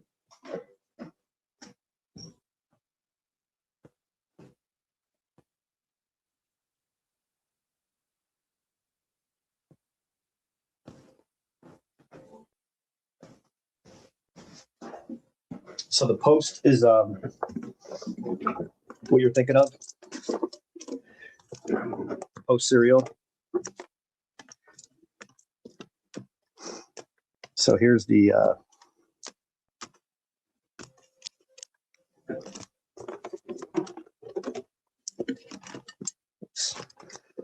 man down. Sorry, Fralin. Cards falling everywhere. So here's the here's an example too. This is well, this is Post, but here's the Jello, and you can see the perfect. Let me see if I can get rid of this glare. I'm not set up to do. These slabs are tough to see, but if you can compare it to a card that's has these perforated lines, that's what I meant about bazooka. There'll be a little bit thicker lines and there'll be a little bit more spaces between them. But if you don't have that completely showing, this is a perforated version. That's the 63 Jello. I think I have all the variants of the Aaron, but I've been collecting Aaron for a while. That's the Canadian. This has got the red border. I had the Clemente not too long ago. I ended up selling that to get something else. 61. 61. And it's 63. But yeah, the one you have, if it's from Jello, it's going to be the same size as the Post. The only difference is, let's see, one of these are the same, I think. 3. Well, look at the yellow on this. You could just see how much more bright this one is.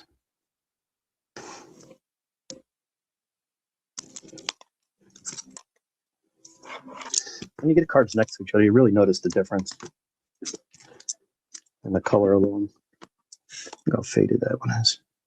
Still looks cool though. But yeah, it'll have the black or blank back just like that. But the bazookas are tougher. Yeah, these are. I mean, everything's expensive in my opinion, but these are more affordable. If you were to go out and try to buy a Hank Aaron bazooka, just yeah, you're going to be prepared to pay. Exactly. Yeah. Mangini just posted exactly what I was saying. They're just not. There's no reason to fake those. But yeah, send me some pics and I'll see if I can. Yeah, both are going to have the blank back. Oh, so the Post. Okay, yeah. Yeah, the bazooka. Actually, here, let's pull one up. I like to do it on my phone faster than the computer. So.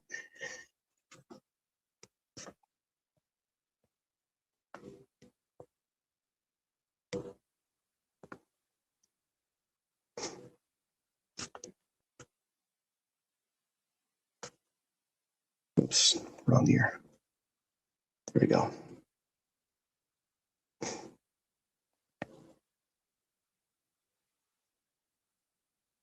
The little gold ones, those are mid 60s. That's like a subset that you got. Looking for the tall ones. What year was that? 59. So 59, 61. Those are the small. Here we go. Here's a Willie Mays. So you can kind of see how tall it is. It's kind of bright. Let me try to dim that down. Let me see if I can get one that's on here that has see how they're all authentic. Like this is a really nice cut one. It's probably just cut smaller where you don't see any of the perforated lines and they graded authentic. So whether this card has a crease or not, it's not going to get a numerical grade because of the perforation is missing. Here's what the full box looks like. And you can kind of see. Let me try to get this to focus. Anyway, it's right here under my finger. Like you could see around the border. It's just hard to see on this phone, but there is perforated lines. Yeah, 59. Just check that out. So you could see. It's funny. This one got a 1.5. I bet you if someone bought this, you just cut this card out and resend it in, and you've got a more valuable item. Believe it or not, I love the box here. I think that's great that it's complete. Oh yeah. Check out guys like Mangini. There's so many. Orlando, A Collector's Dream. There's so many good stuff. Just learn and just watching people. That's not. Yeah, exactly, man. This is an old label too. I just found this on Google. This wasn't even on eBay. I just did a Google search when search images because I tend to find old listings, and this is actually through PSA that they posted it.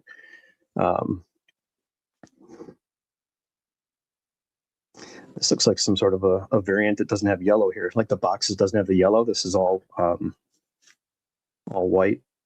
Let's see if that's. Yeah, see what I mean? Here's a 7, okay? And you could see all the hash lines or whatever those lines are called. And it says, even up here, you can even see cut on black line. So as long as you cut to the right of it and show all those little stitches and you're not missing one, you come in just a little bit with your razor blade or your scissors, it's an authentic. I don't care if it's a perfect 10 card, it's going to grade authentic. It's the dumbest thing, but this one got a 7. So yeah, it's crazy. Listen, the craziest thing, the biggest problem with grading, in my opinion right now, is grades 1 to 3. There is such a wide range. The one in authentic is the yeah. I think Mangini did a video last year on that, and he's not wrong. These aren't even opinions. These are facts. This is something someone saying. This is a baseball card, and you have another idiot telling you that this is an apple. That's what we're up against today. We're up against people that you can't reach, you can't talk to them, you can't have conversations, you can't discuss. Well, hey, why does this? Can you make this make sense? That saying, that's like a fairly new saying. Make it make sense, because everything's designed to be backwards and messed up. Exactly.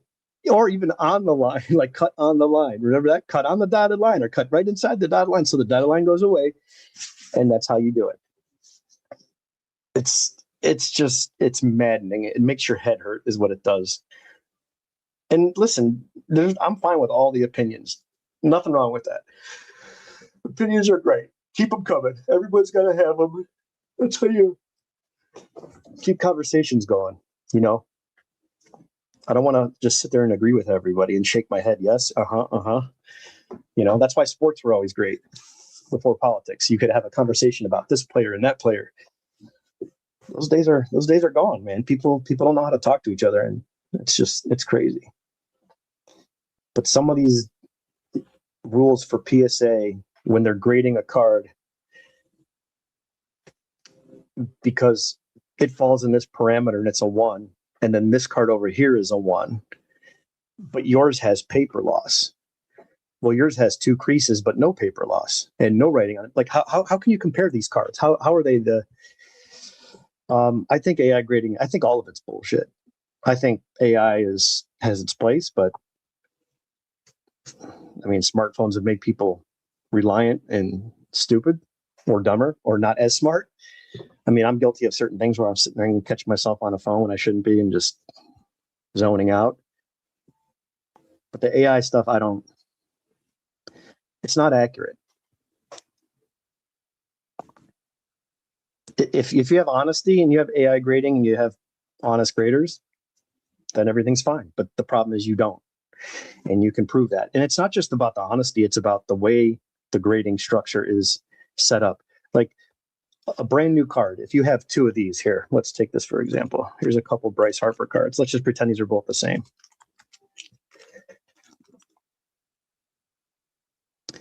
Okay, let's say this is a black to 199, this is a black to 199. And this one's got, oh, that's a little bit of edge wear, a couple white spots, it grades an 8. This one grades a 9. Oh, I see why it's a little bit centered. And then you got a third one that looks like a 10. That's very easy, right? It's easy to define those two. The trouble is when you get to cards like this, you should. You get to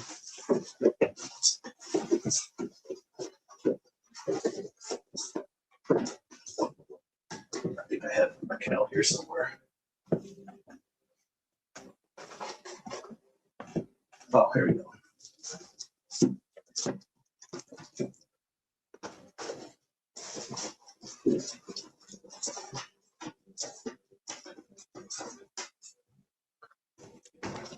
Let's just do this example. Let's scratch that one. Here's another good example. Let's take it out of this plastic. There's a 5 and a 6. Try to make this point without rambling too much. These are both pretty well centered.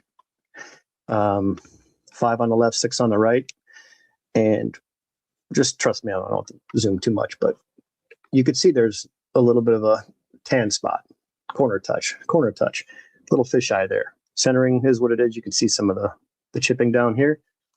And it's almost the exact same card, but there's more green up there, more green up here, not as much chipping down here. There's no little fisheye down here. This is a very accurate 5 and a 6. You know, this you can understand. You can look at it and go, that makes perfect sense.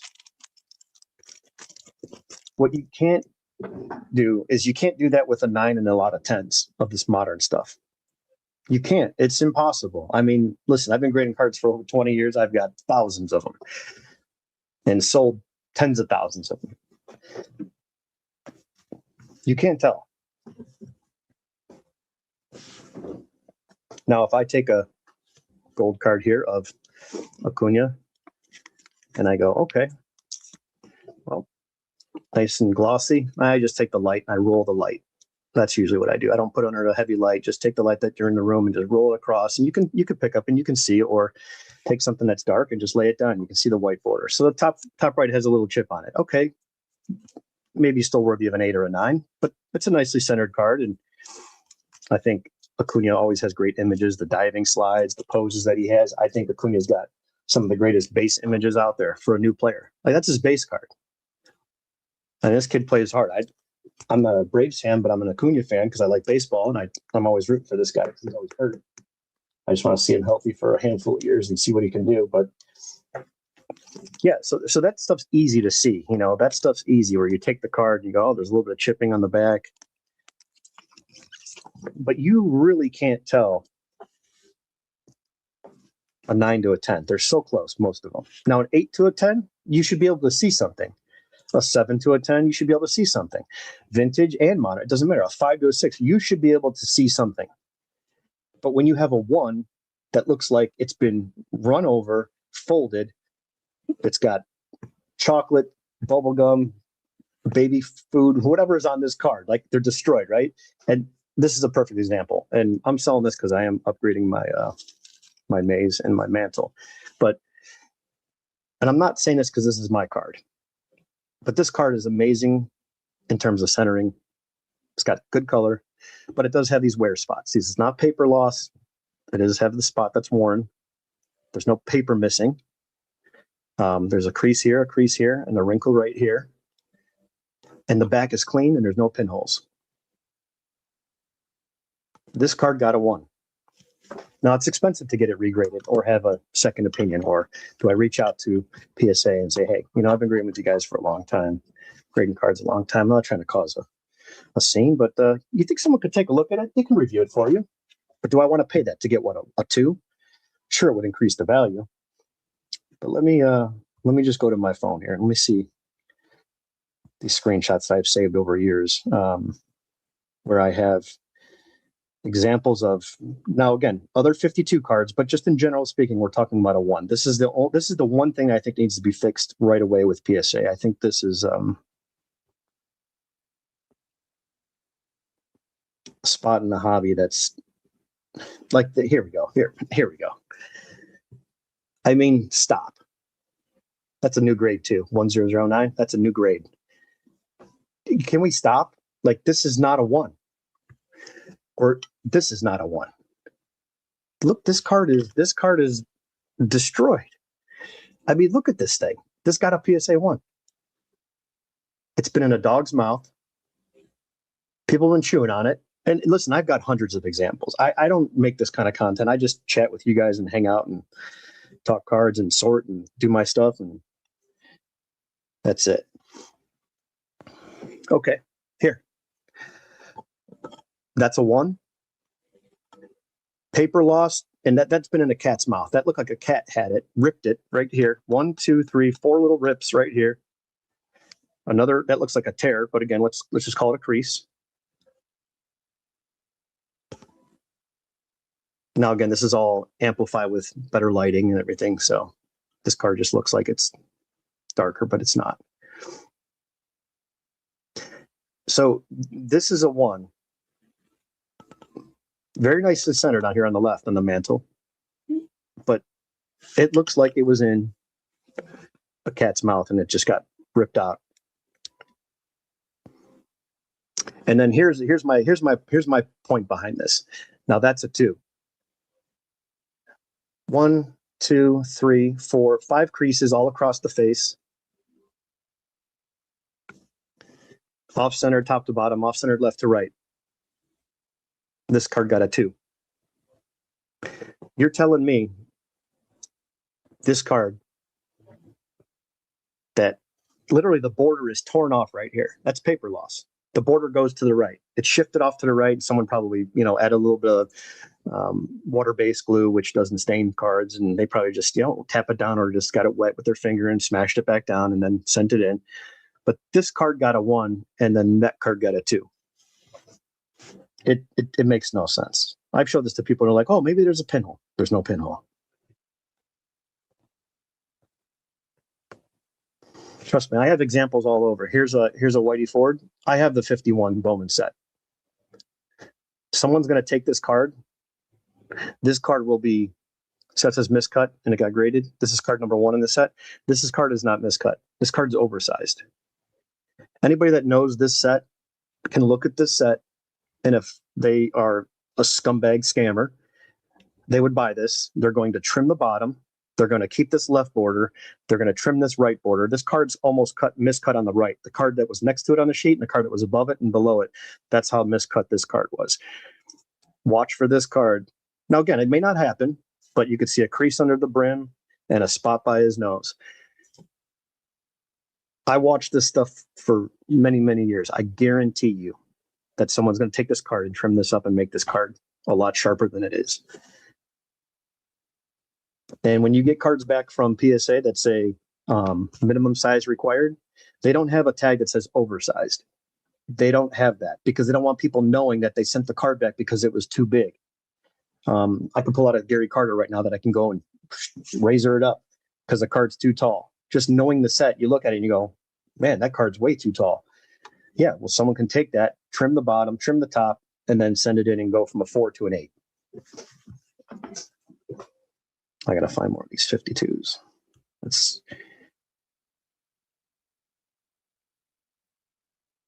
And then I have examples like this. There's a hole in this card. Rarely do you see a card with a hole get higher than a 1. This got a 1.5. Heavy creasing, beautiful centering, nice color. It looks like there's 2 pinholes. I could be wrong, but there's 1. I'd have to look up the cert and check it, but there's literally paper loss. It's missing, but that got a 1.5. And then this one is completely worn. Tape residue was probably in a old magazine.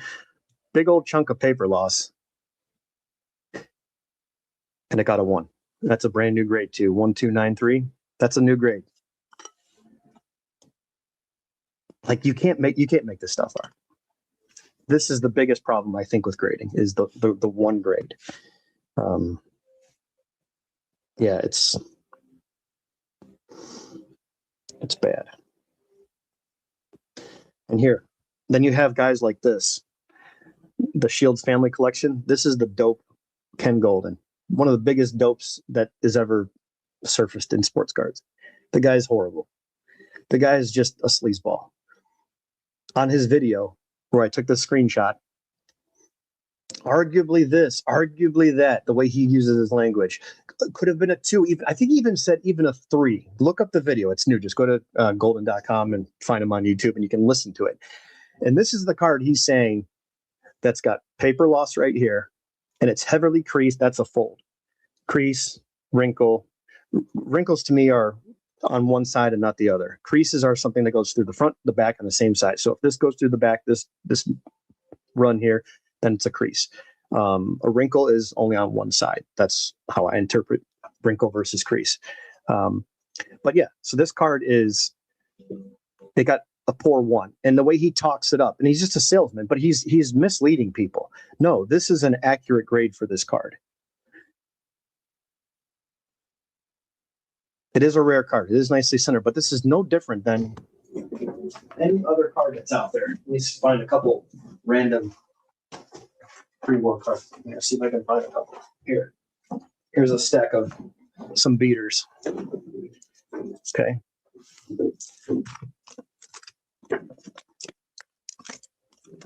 If you've ever held one of these cards are very, very flimsy. These cards are they're not like a thick stock of cardboard like you would get from here. If you were to take this card and cut it down to this size, this would feel thicker. I mean, there's no back on this thing. This thing's roached. Paper loss.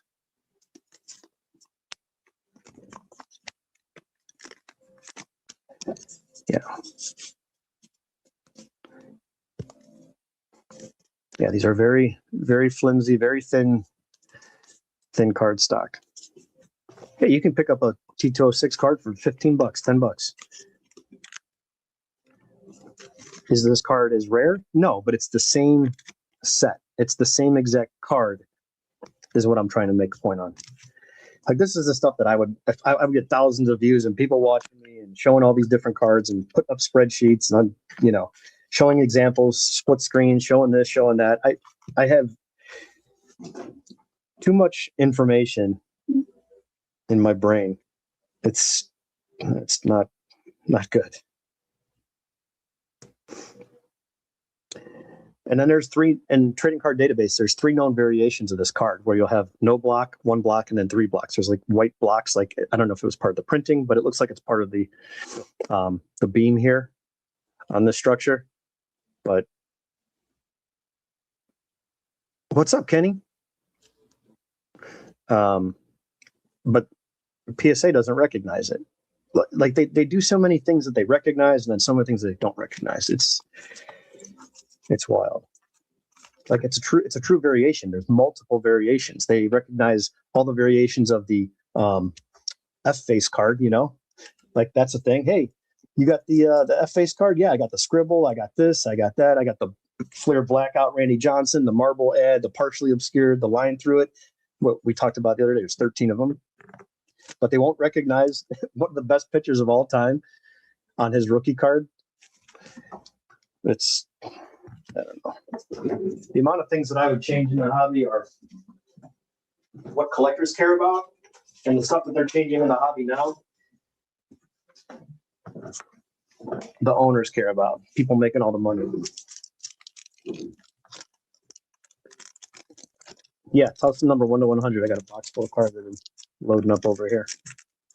I'm just going to ship out to somebody as I'm going through cards and cleaning up.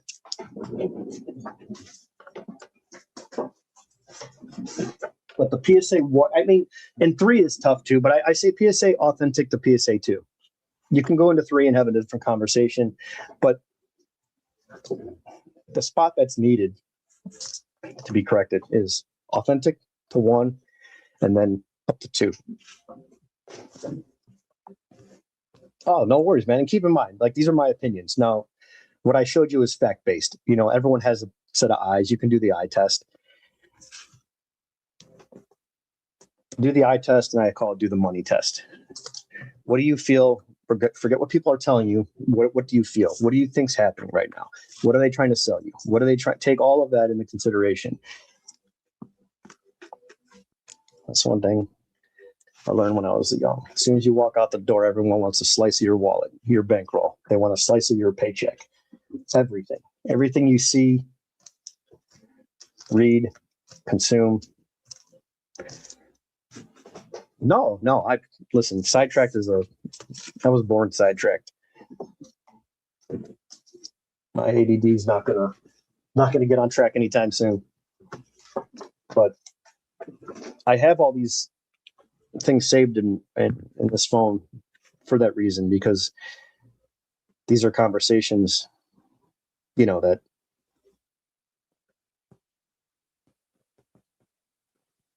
I say need to be had.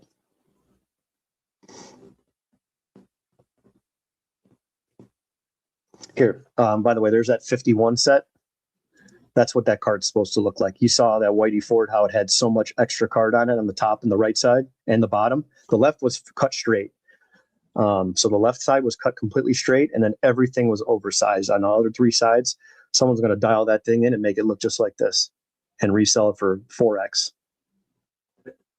So this is how the card stock should be. That's a dead centered card. These are cards that I watch that I'm upgrading, here and there. I would upgrade this card for my set. I've pretty much completed the whole entire upgrade. I've got a couple cards that are like, ones or twos in low grade, but I wanted to get a little nicer copy. So I happen to be watching this one, but this is what the set is. And here's just an off-centered version where you can clearly see the cards a little thicker and a little thinner, a little thin, a lot thicker up here. So that's just a little off-centered, but if you know the cards, and there's certain cards in certain sets that are really tough to get. Here's a card. Just type this into your Google right now or eBay and try to find this card this centered. This took me years to get this copy. I probably got 4 or 5 of these. But to find this card, the 72 Hank Aaron in action card 300, just go on eBay and look at them all and just see what they look like. And tell me if you find them this centered. I don't care if they're creased or not, whatever. This one's a nice copy, but this card is extremely tough to get. There's certain cards in certain sets. You just know they're tough to get. That's what I was talking about, this Bobby Witt. Knowing what you have here, and then you come across one, you're like, why is this card, there's only 4 PSA 10s? It's not because they weren't grading them. They just don't exist. There's so far in between, and he's a desirable player. Like he's a great player. He's really good. You don't have to be a Royals fan to know how good that guy is. But that's what that card's supposed to look like. I'm going to do a screenshot of this one, and I'm going to do a screenshot of the other one. Now, again, I could be wrong. Someone's maybe not going to do that. They're not going to mess with that card. But it's likely that they're going to mess with that card, is what I'm saying. Someone bought that card to most likely do some shady stuff. But that card being oversized, PSA wouldn't even slab that. That's probably where that card went first. This is my guess. That card went there. It got sent back for minimum size, and someone sent it back out.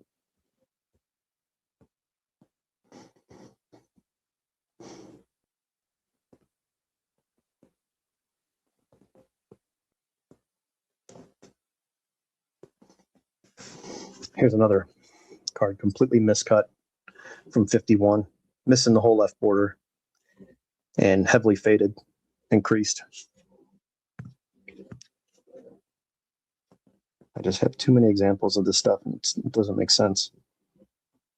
But as a buyer, yeah, give me the nicest looking 1 if that's what I can afford, or the nicest looking 5. As a buyer, that's, if you want graded, that's what you do. If you're buying an ungraded card, you're going to still want the nicest looking card for the money that you can afford. I mean, this is your hobby right here.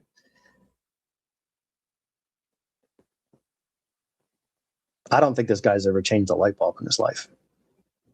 That's not an insult. That's just the way it looks. I mean, he's calling the handyman for sure. He's not fixing anything around the house.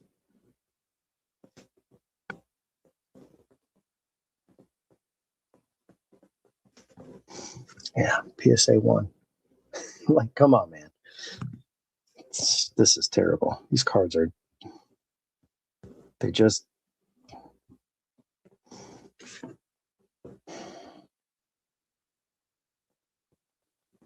make it make sense. Yeah, there we go. I'm going to do a little side by side on this one.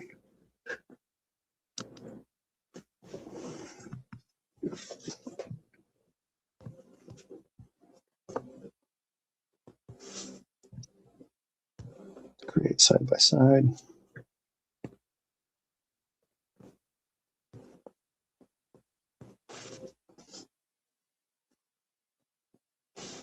Oops.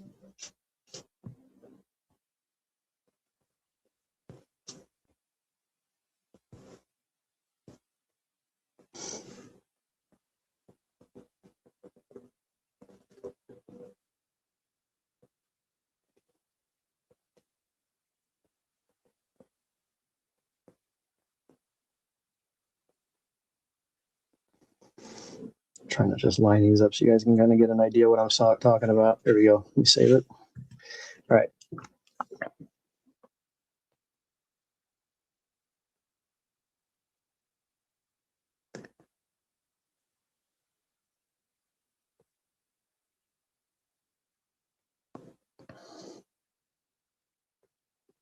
Yeah, right, Sean. I just thought that was funny.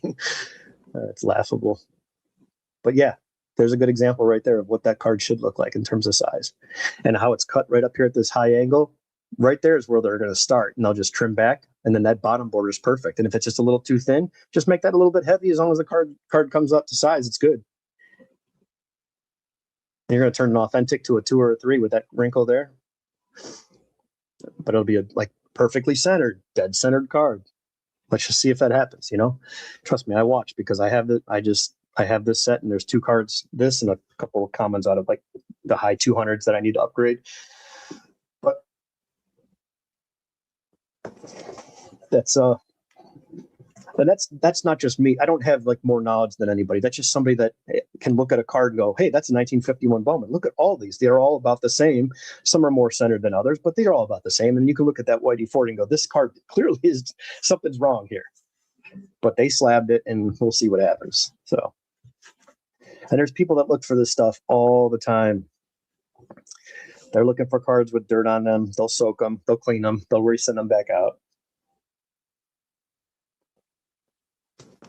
The only difference with me is I have 5 people watching, and the people that get the word out and spread the word have hundreds and thousands of followers. That's the difference. There's nobody here to hear your facts, hear your examples, see the breakdowns. And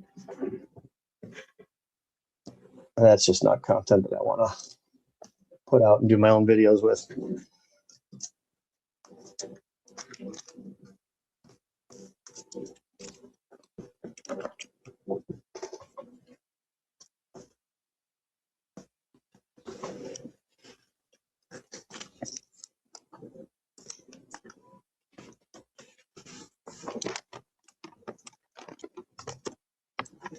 Let me try to hide this, see if I can cover this up.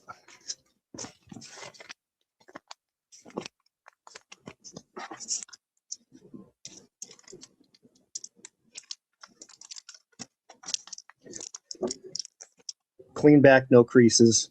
Oops, don't look at the cert number. A little bit of edge at the bottom.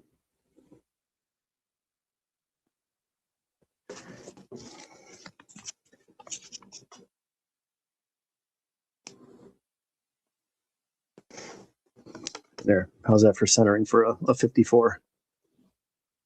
Little thick on the left, but otherwise it's pretty good. No creases, no surface issues.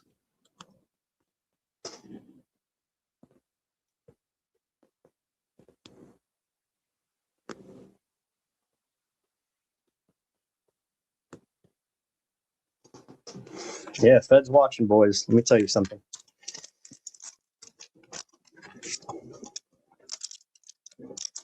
Coming home to roost. Hammer and Hank.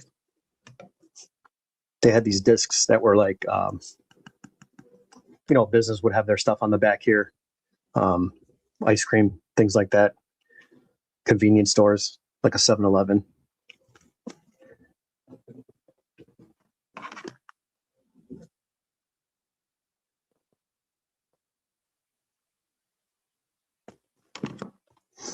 is the supers with the radius corners. I like, great image there. That's a good one. Blank back peel off. Don't know how I feel about this case. It's a newer case, but I guess it works. Holds the card pretty centered. It's more like a piece of paper.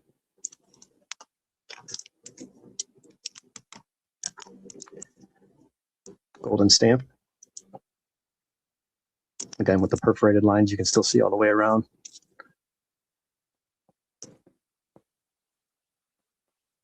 Pretty good centering on that one. This one you don't see all the time. Tattoos.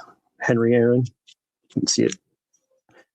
Be cool if they put it the other way so you can actually see the name, but it's backwards, obviously. Exhibits. This is the blank back. I have the stat backs, the red variation. And then over the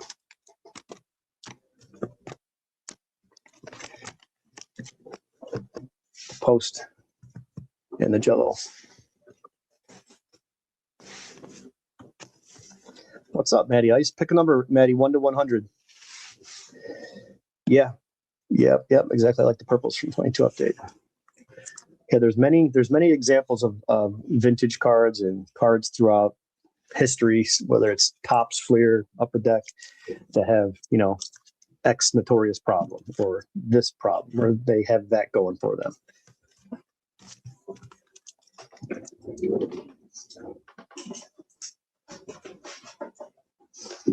We'll throw some packs of 90 Upper Deck in there. Let's open a few. Put a couple packs in that giveaway box. Let's see if we get something good out of this one. We did good on the other 3 packs. We got a couple of Hall of Famers. We got the Smoltz rookie, or not the Smoltz rookie, the Larry Walker, Tim Foley,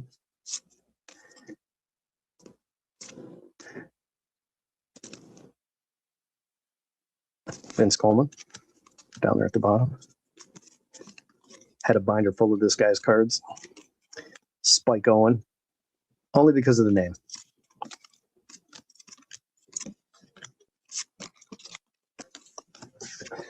KC Royals.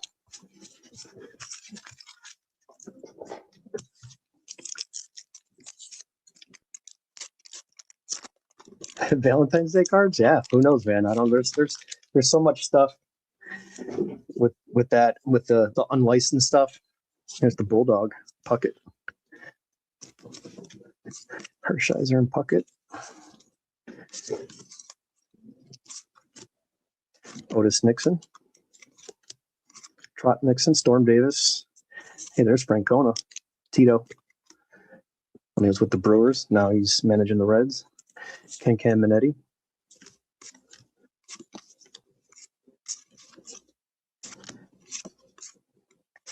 Couple of doubles there, the Mets sticker.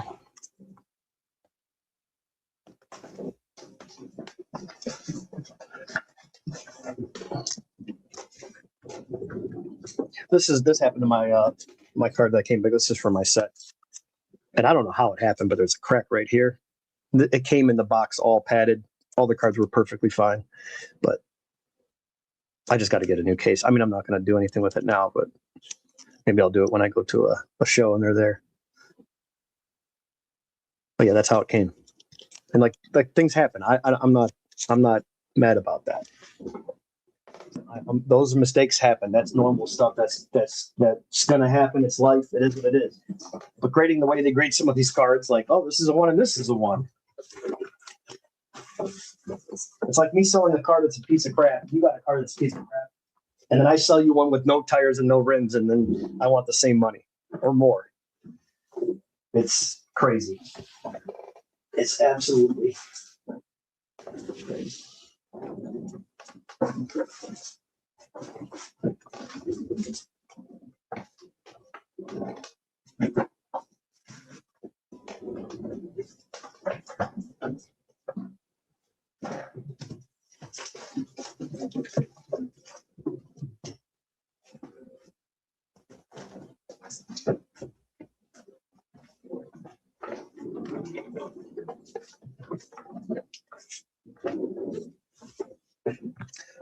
Matty Ice pick 22. Yeah. 22.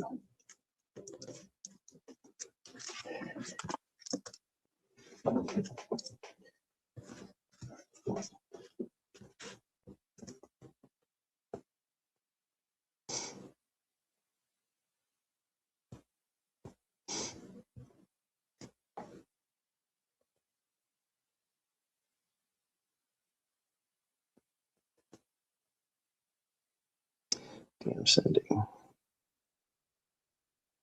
Okay.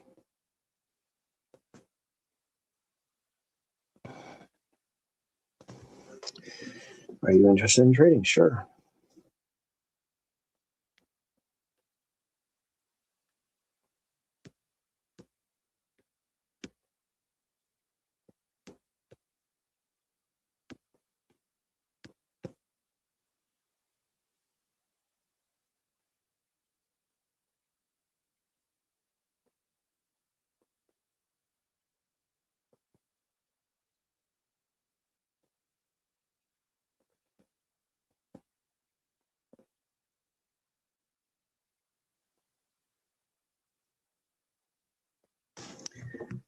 All right.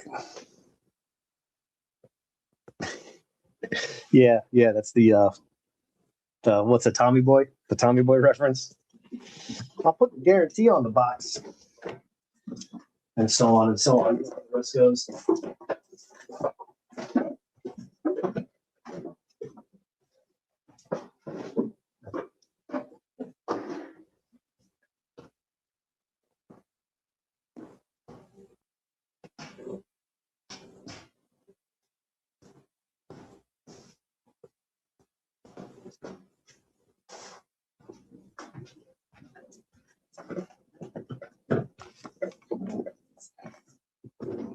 All right, guys, let's give this box a part of the way. I'll throw in some more stuff here.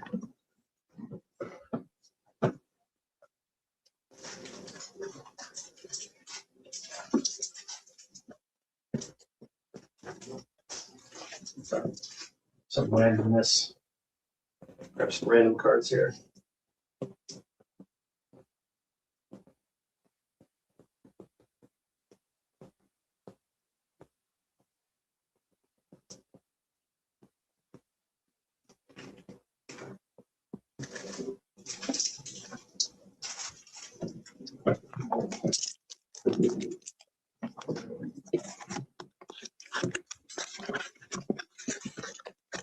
See if we can fit these in. Here's a couple Corbin Carroll rookies. Top loaders. Penny sleeves. Boom, boom.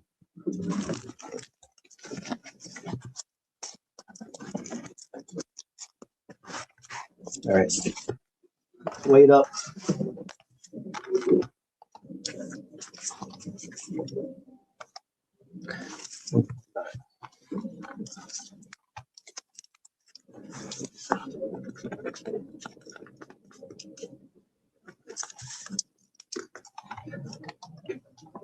That's it. All right, guys.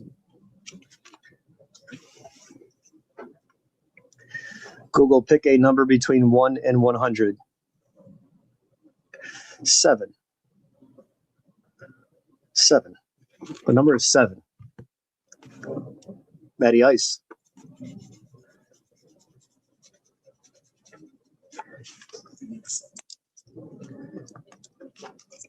See if I still got his address saved. I think I do. Let's get this shipped out. Let's go. Mathewson Iceson.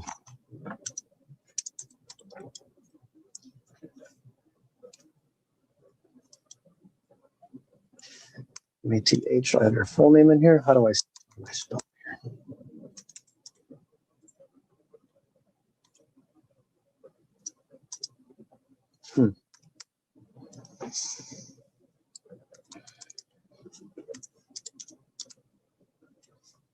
I have it under Matthew. That's why. Same address, Maddie.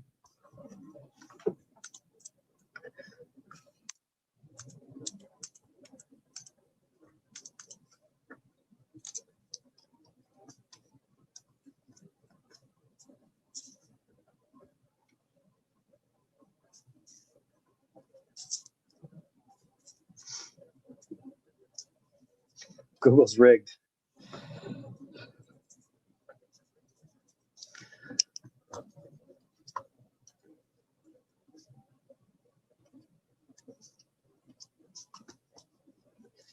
Same address, Maddie? Are you still here?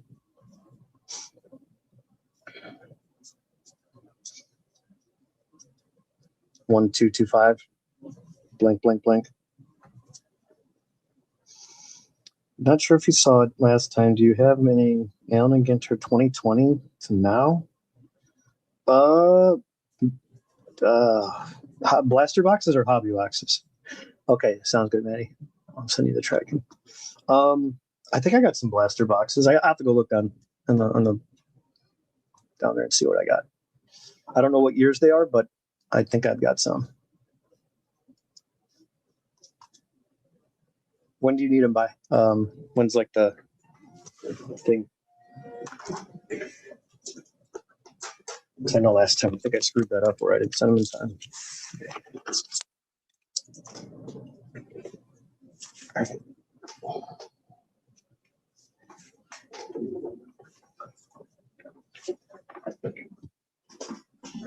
Oh, crap.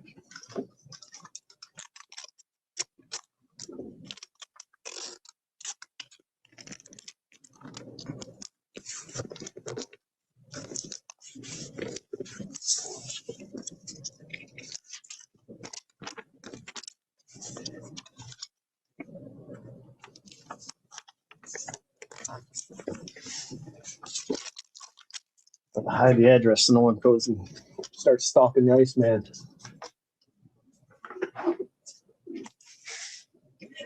As long as I have them by the first. Oh, okay, gotcha. Yep, no worries. I'll take a look tonight.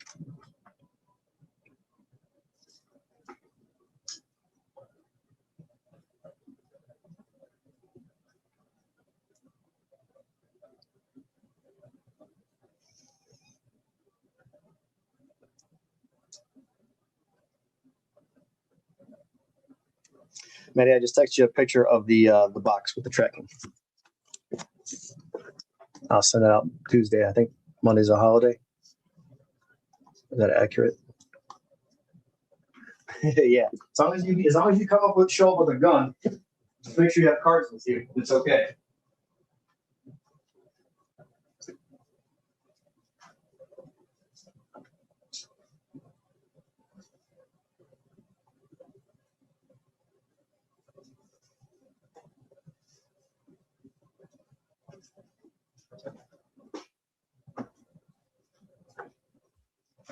All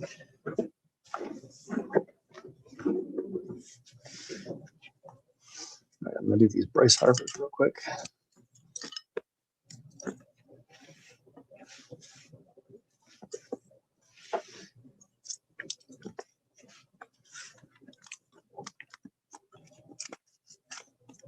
I don't know what this is from. I got this out of a pack, but I think it has one cool looking insert card. It's like just a regular refractor, but I thought that was pretty neat. I don't know if I think I got it from one of the rookie card explosion boxes. Probably whip that at somebody as use that as a weapon in case someone comes into your house. You know, gotta act quick.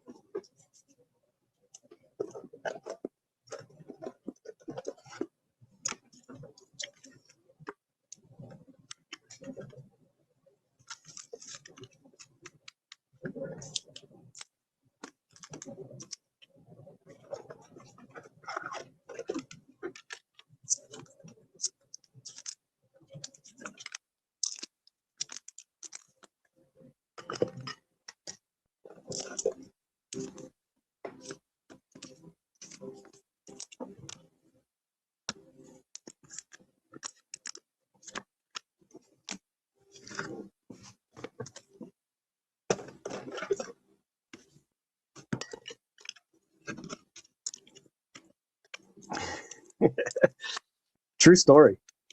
We learned that in opening week of training. That's definitely a class you can't skip. You skip that, you're a fraud. You know, you're not doing your job right.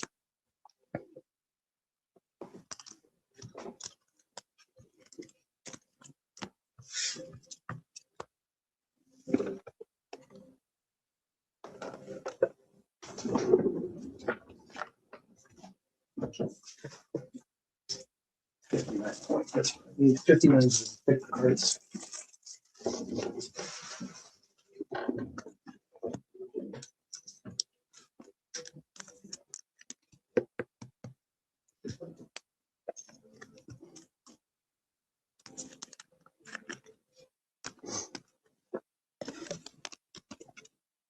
I opened a box not too long ago, maybe within the last year, and it was a hot box. I got Harper, Tatis, Vladdy, two others. It was really good. Oh, that's awesome, man. Baseball is around the corner.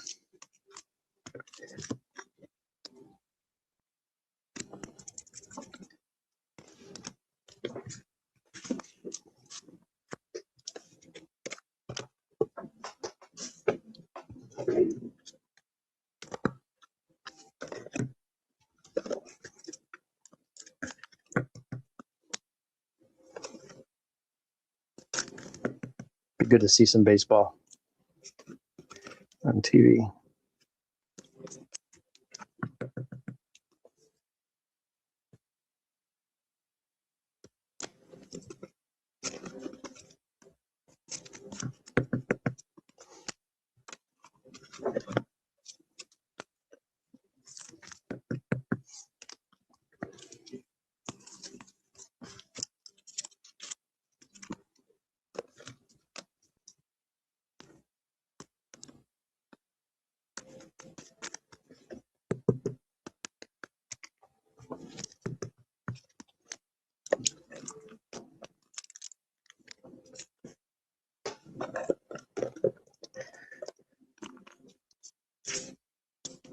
Yeah, there's not much sports going on. Daytona 500, there's some golf on. Yesterday, I think there was a golf tournament. Probably today.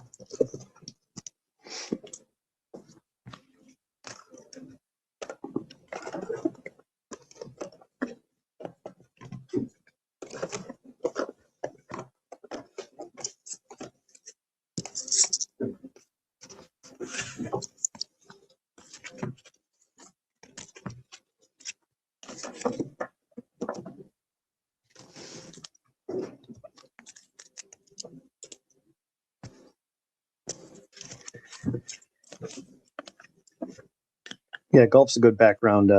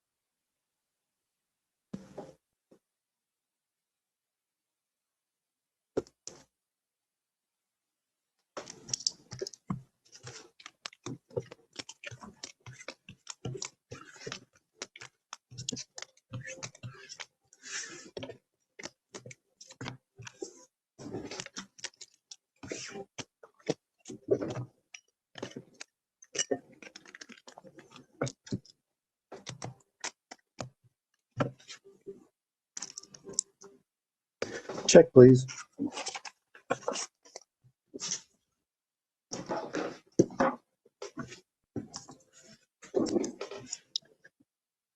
All right, what else can I work on?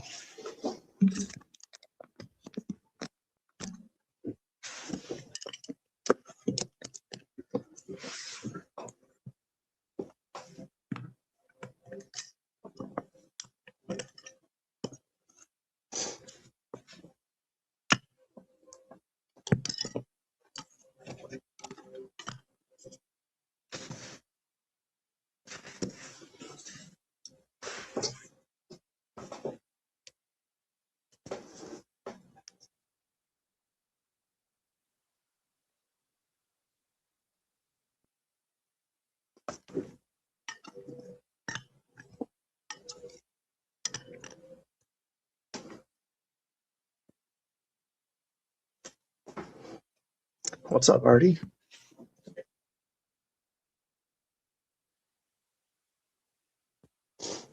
Hobby Honda's live, guys, for his card sale in 30 minutes at 4 o'clock Eastern. 4 p.m. Eastern, guys. If you guys are interested, check out Hobby Honda.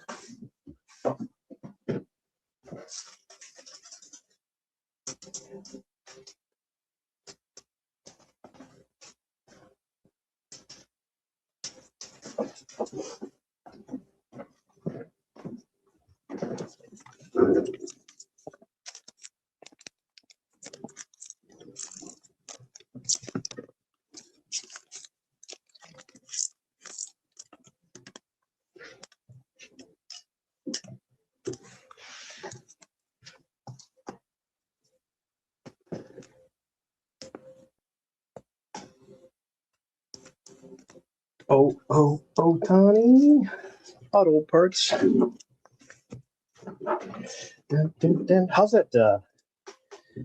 that guy been doing?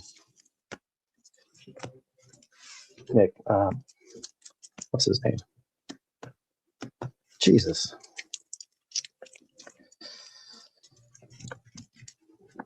Why can't I think of his name? I'm a fan of his channel. Help me out, somebody. Mets fan. Works for REA. I haven't seen him in a while.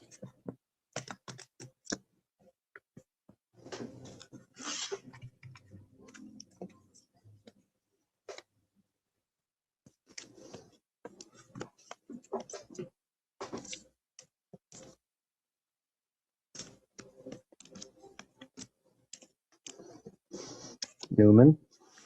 Anyone?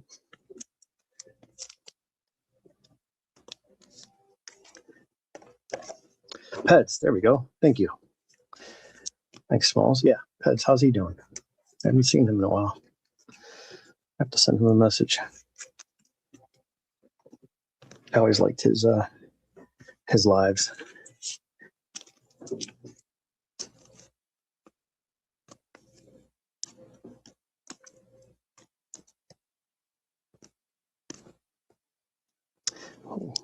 Blue Otani. Otani rookie. SP's number. Third. Will.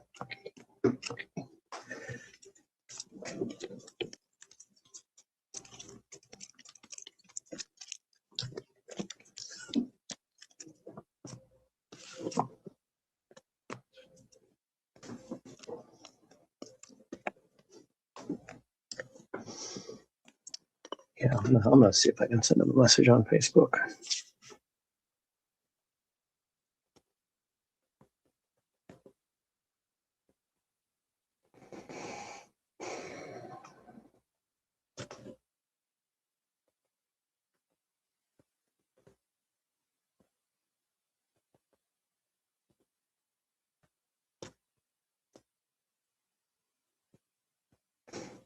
Oh, I had a message from him. It was a long time ago.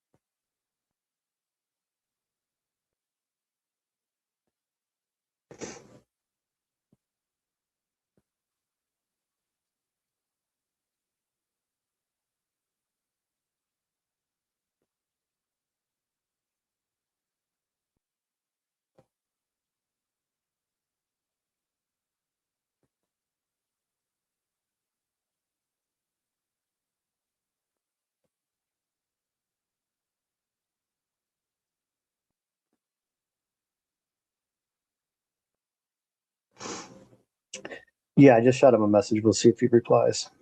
I mean, it's probably not gonna be anytime soon, but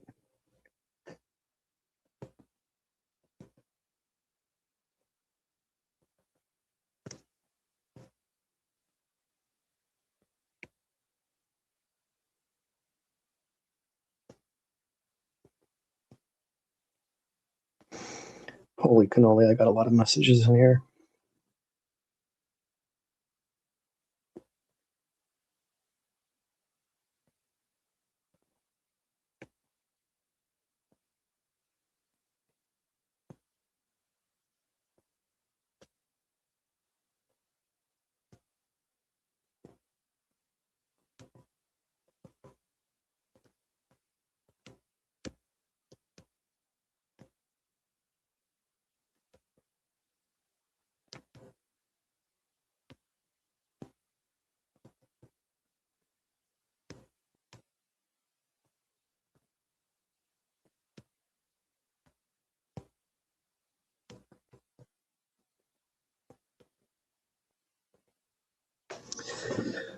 Yeah, Hobby, I just saw your notification at 3:30. I just let everybody know about 15 minutes ago. Already on top of it, Rose.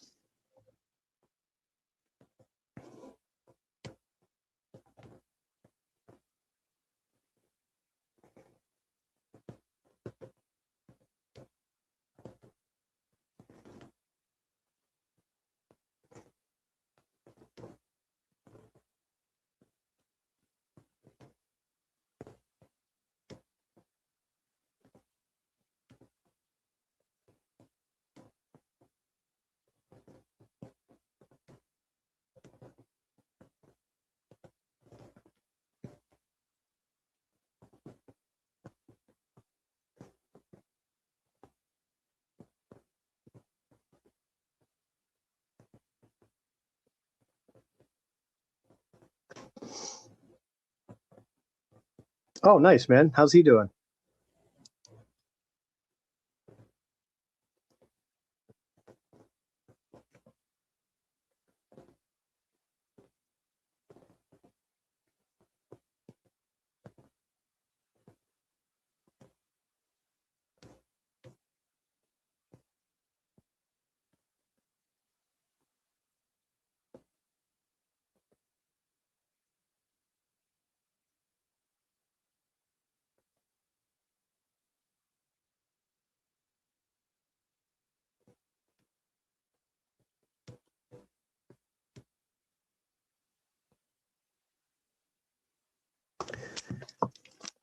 Oh, he's still in the hospital. Okay.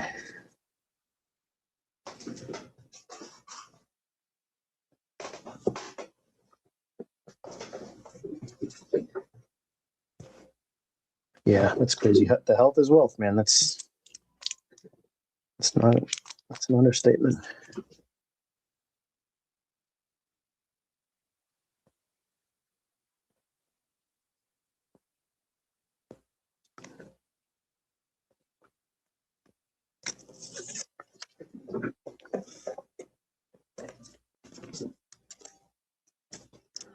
I think I have some of these optic boxes, blaster boxes. I wonder what they're going for. People are buying those things. This Otani stuff is out of control.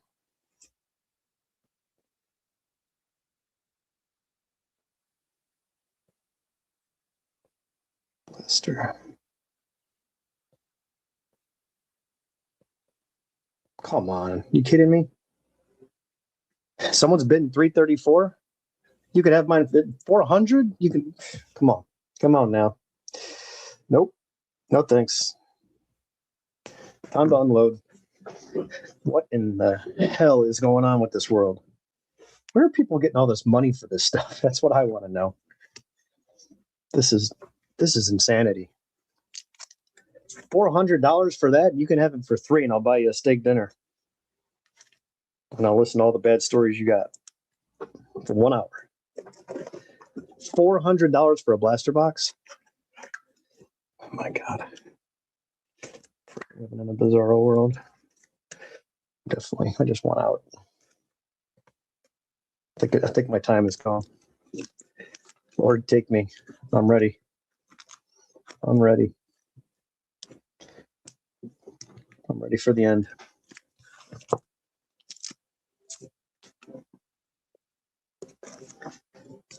Yeah, that was with the bid too.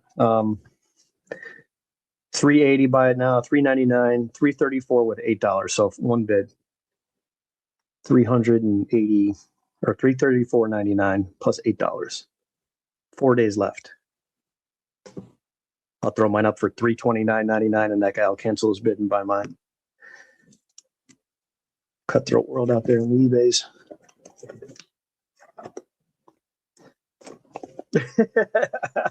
No, I may rip that on the day that I'm ready. I may rip that stuff. There hasn't been many good products like that since then, since 22. 23 is good too. Yeah, it's crazy, man. Like I just went through all these Otanis. Look at this. This is crazy. It's probably got $1,000 sitting right there.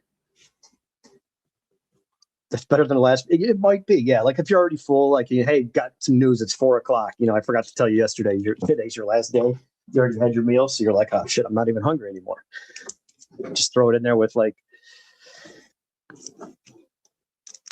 Yeah, but some of these I'm just checking to make sure. Some of these might be grade worthy. Some may not be. You got to check the pop count on a lot of these too. That's the biggest thing. Anybody can grade a card, but do a little research on what's out there is what's more important. What am I doing here? Going through these freaking top loaders like I own them.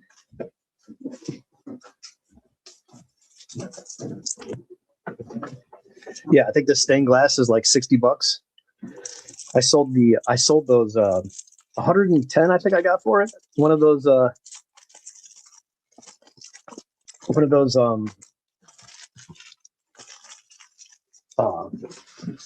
aces, the aces cards for Otani.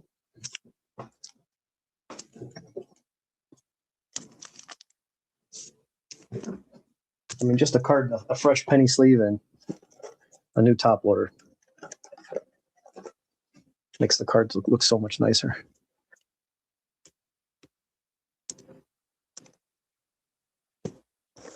If it's not, cool.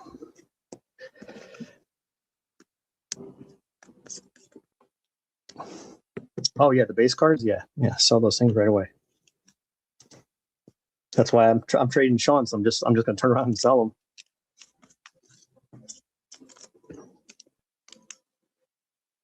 Yeah, but this got a dimple on here and 2 scratches.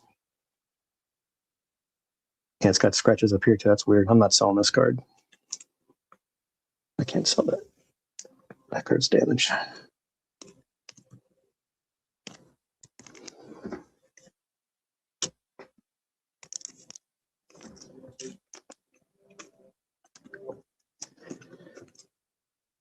Oh god, the amount of Otanis that I sold in the past. Sold Otani autos. I sold everything. But I'm fine with it because there's too many of them. There's too many. Just too many. This card was going for like over 1,000 and a 10. Definitely gonna grade this one. Out of 25. It's crazy.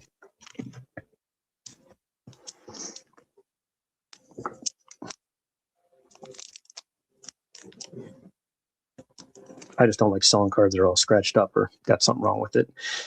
Then I don't have to disclose it. You know what I mean? Like go through every single card and say, hey, it's different if you're selling vintage. Like raw vintage, you got to be descriptive, you know? You can't just go saying, hey, I have this card for sale. You get in trouble like that.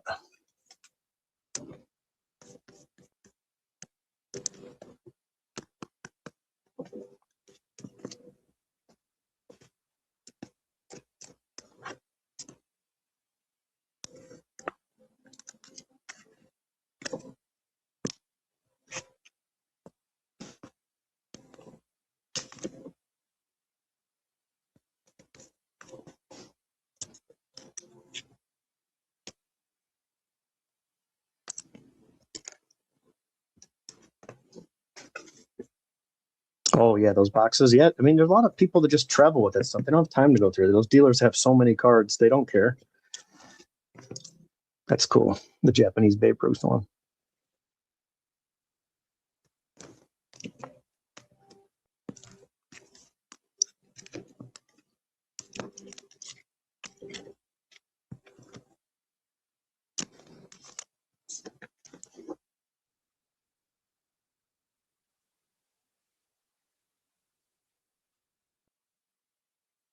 Yeah, like this card. I don't think I should sell it. I should just grade it. There's nothing wrong with this card. Centering's there.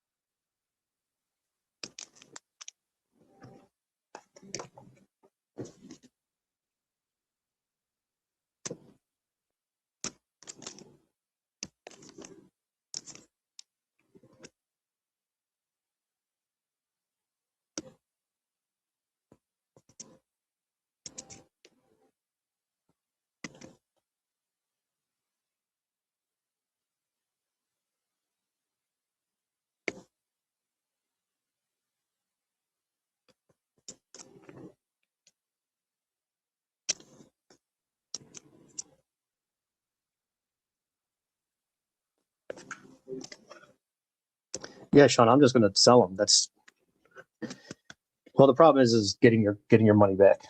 You know, and most of the stuff you had to just base cards. And unless it's the tops ones, you know, those there's just so many of them. But if you feel condemned, then go ahead and send it. I just got this out of a Rookie Explosion box. Let me take a look at grading this one. This was freshly pulled last month.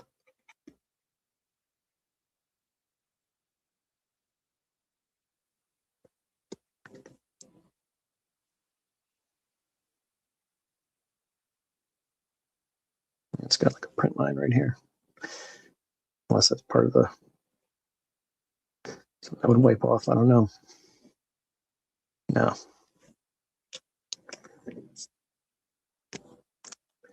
Negative, Ghost Rider, negative.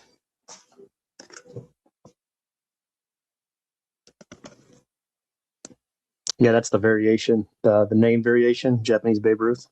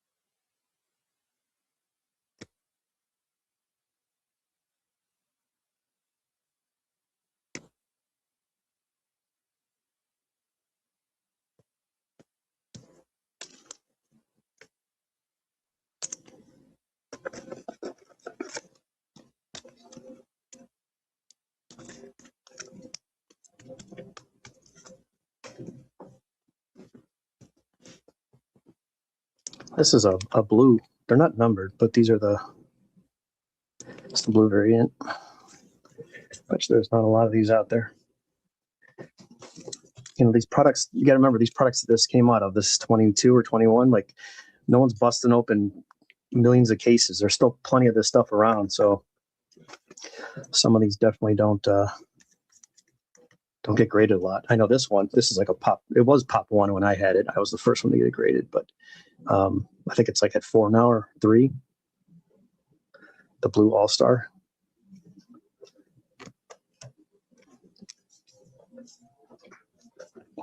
I think this one I was going to get graded.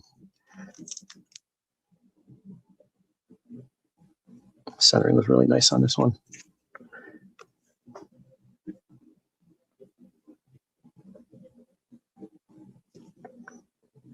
These are always tricky with the edges, you know. You hold it one lightly, it looks like a dent, and you hold it the other direction, it looks perfectly sharp. So these are always a little iffy. But do you wait and risk and, you know, or just sell it and get rid of this one? That's what I got to determine here. Here's another one I should get graded. It's not a 99. I may still grade this one.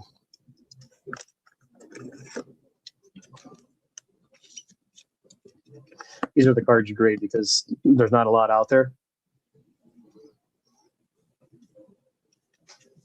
And you don't mind waiting on something like that because when you get it back, it'll sell easy.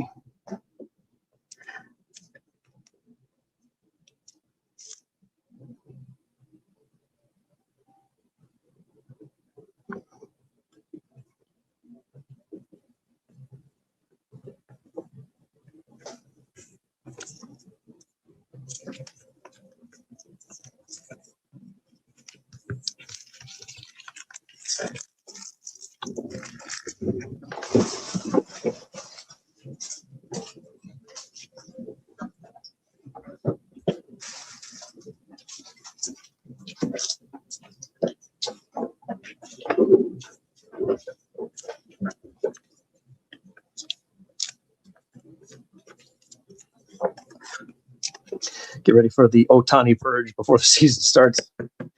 Before he starts throwing a ball around and hurts himself.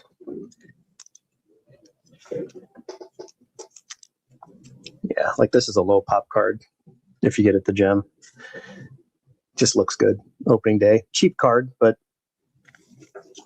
they have this. It comes in the red and the blue from the opening day boxes.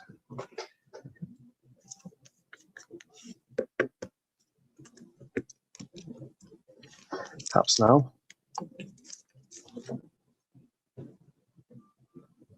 It's got like a little ding up there, a line on the print or a line on the card, I think.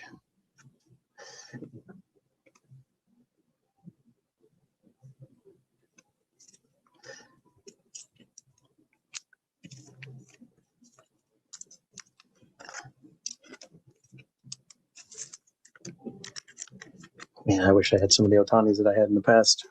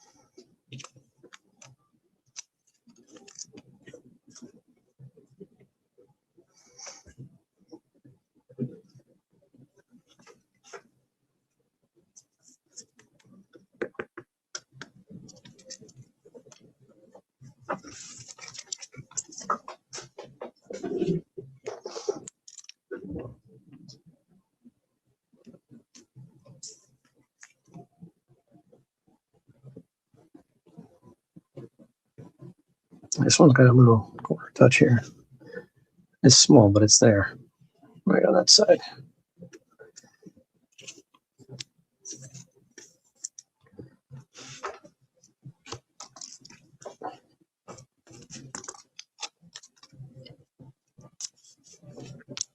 When people are buying $100+ raw card or whatever, you gotta make sure you disclose things. Someone will probably take it and soak it and fix it. And it's not bad. I mean, it's not a bad. It could be fixed. I know people that would go for that, but have at it. I touch it, I'm gonna end up messing that thing up. I ain't doing that. But I know there's ways to fix cards now, obviously.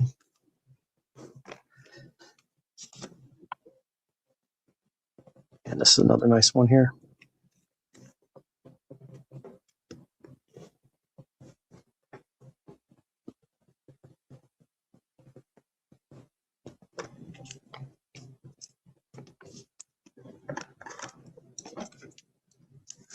So everybody lined up for dinner.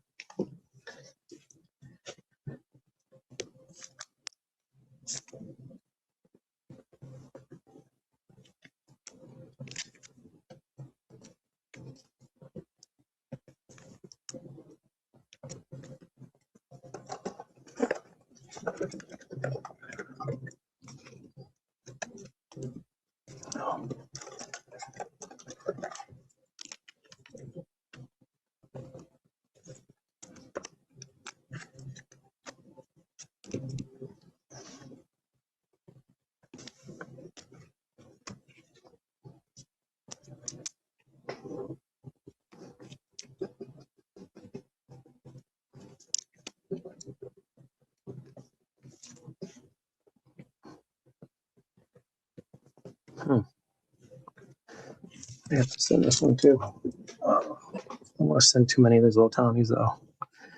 You missed the boat when his market changes. Don't miss the boat and don't rock the boat. It's 3 p.m. That's right. I forgot. Sean, you're behind.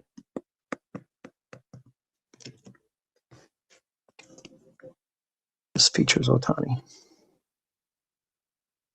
Nothing special. This will go with the bulk lot.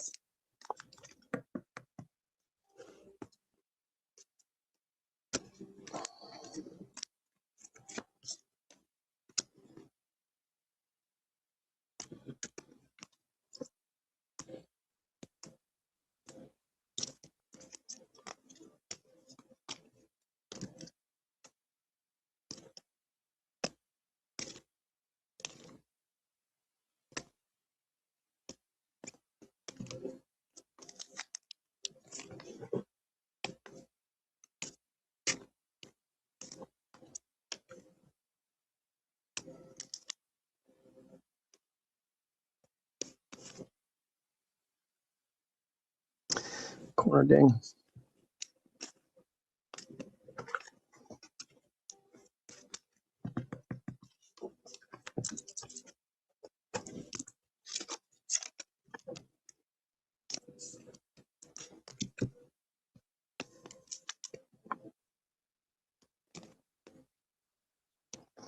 Let's get some white on the back here.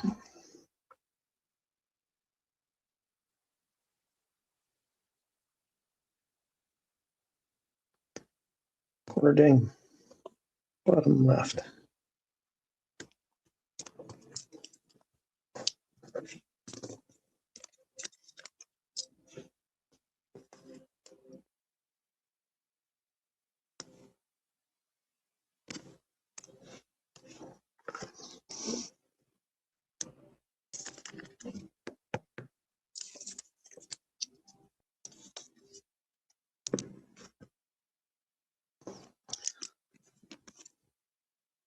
Ohtani with the Santa glove and sleeve.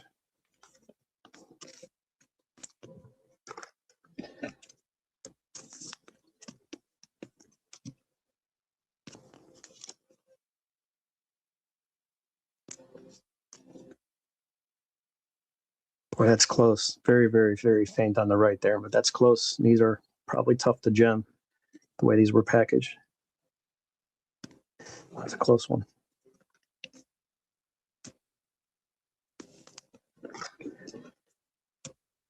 What's up, Adam?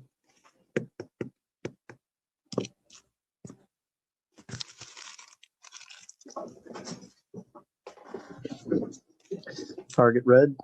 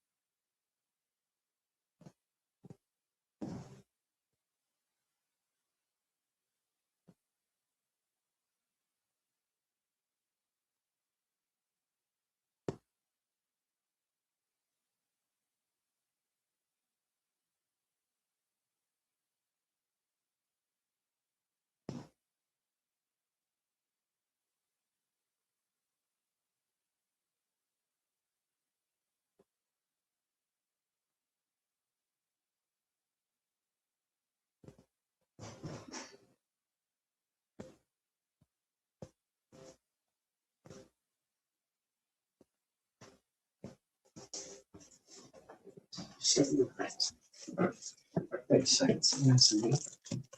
59.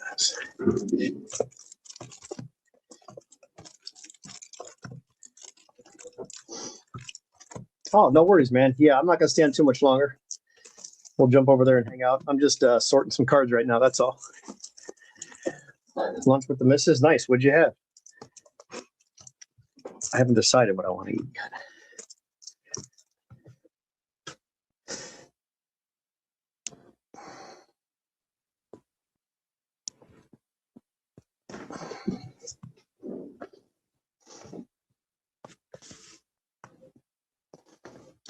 Hey guys in the chat, there's Hobby's link at the bottom. Gonna head over there and hang out for a little bit once I go through these Ohtanis and get things sorted.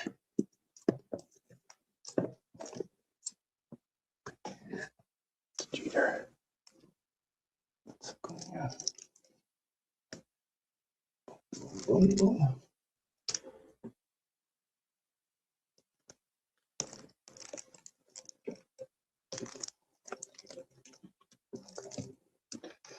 rock the boat. Don't rock the boat. All right, let's see what we got here. Top photos. What did I grab?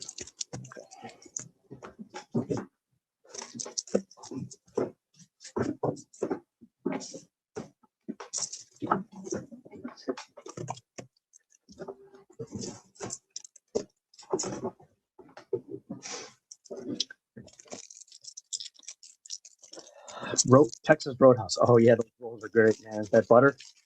Got that butter. You can eat it. Just put it in the freezer a little bit. You can eat that like ice cream. Probably not recommended for health reasons, but you could definitely eat it like ice cream. Sean's spot on with that one. I'll tell you what, for the money, they are good. Like Outback, I used to be my spot for good value and decent steak and stuff like that. But Texas Roadhouse has surpassed them.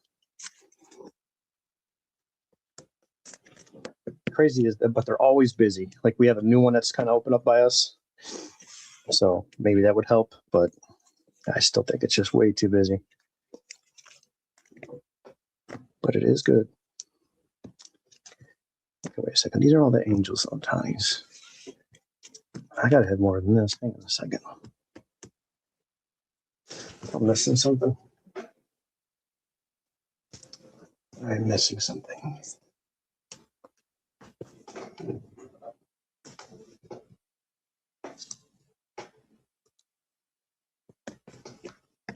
Oh, there's a bunch of cards on the floor. I hope that's not the pile. I had Dodgers and I had Angels separated. Wait a second. Wait 1 second.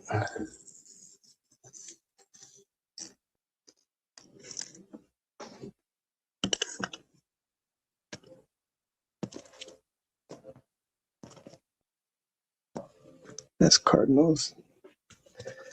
Goldschmidt. These are Jeter.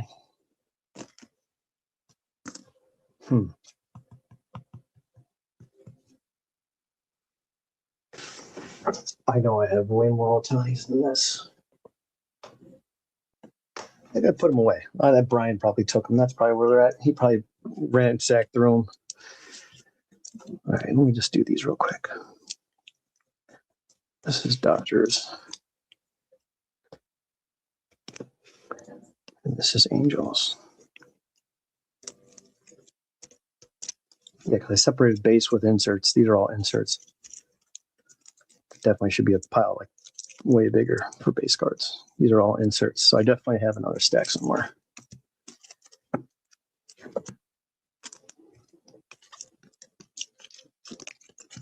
Okay, those go there.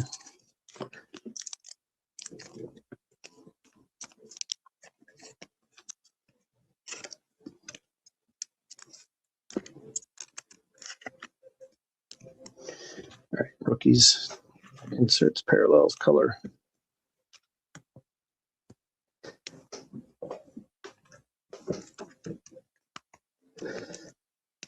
Can get these ones graded. Let's go over here. PSA.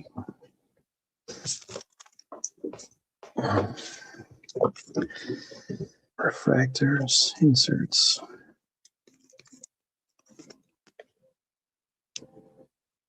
What is this? 2024. I don't even remember this stuff. The nice list. I must have got that in a break or something because I don't remember opening that. Okay. All right, so I got way more than that. Where's the Dodgers cards at? What am I doing? There's got to be a stack here somewhere. See what happens when you clean? You can't find anything. Anyone ever have that? Like you clean up too much, now you don't know where anything is. All right, so these are ready to go. These are rookies. 2, 3, 4, 5. One has a corner ding. Okay. Those are all inserts. Oh, Ed, there it is. Jesus, I almost messed up. Adam. Are you still here, Adam? Oh. So, Adam, I found I found an 80 set, and obviously the price is going to determine on which Ricky Henderson, if you just want a regular one or, but there's the set. Set's in good condition, you know, no just random pulling out a section.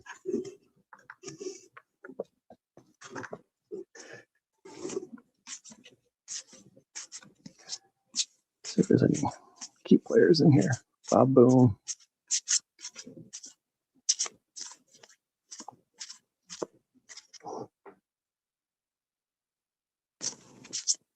Mike Tyson. And obviously I didn't see what that guy had, you know, that was selling you those sets. I didn't see them in person. So, but there's a complete set. And then I've got these to pick from. Obviously the price of this depend on which one you want to go with if you wanted this. But there's an 8. The 7's got a little thinner over here, but the 8's a lot stronger. And then I've got these raw ones. I could send you pictures so you could take a look and see what you're interested in. But this one's got really, really strong centering. This one's still pretty good. And this one's obviously off-centered left to right. So I'll send you pictures of these Rickies, and then you can decide if you wanted this set. And I'll look at the other ones like the 82, 83, or 4, whatever sets that you had on that list. I'll continue to look downstairs and see what I got.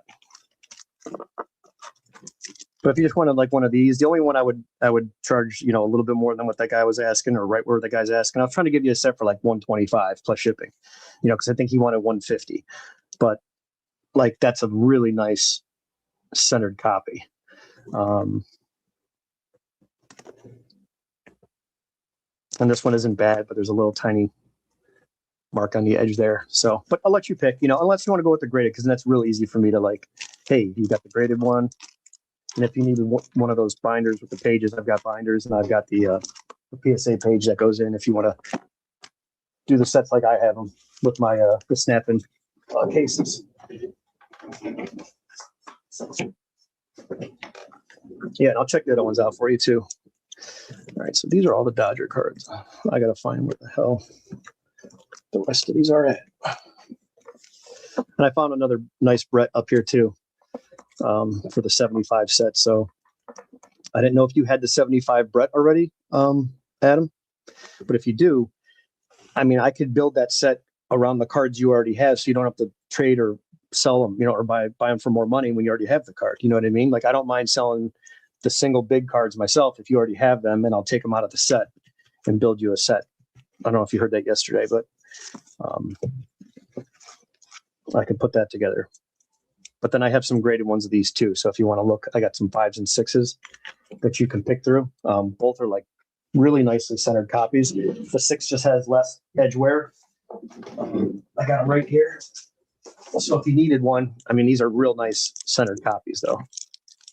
And they're both almost identical. This one's got a little fisheye and it's got corner touches, but the color's good and the centering is great.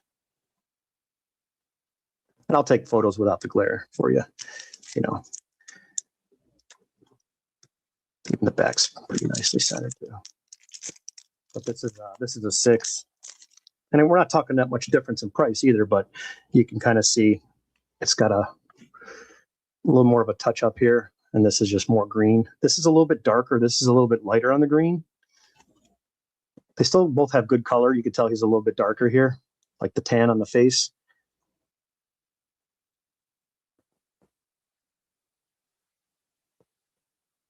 Okay, gotcha. Yeah, and I've like I said, I think I got some raw copies too, but we'll do it like the 80 top set. You know, I'll let you decide what you want with it, and then it'll help me price it easier. But I'll put together the nicer copies of all the singles that I've got. You know, no beaters, nice clean cards. I pulled out all those yesterday, Adam. I'll go through the binder and I'll fill them up. But I've got everything here that I'll probably work on tonight. This is the rest of the cards that go in there. I just have to kind of go through them and finish building that set. And if there's anything notable, like, you know, I think this is like the 4th set I was doing. You can see how all the corners are all dinged up. They're not terrible, but these were just like the leftovers that I was pulling out to kind of improve and put the nicer ones in. So I'll work on that later.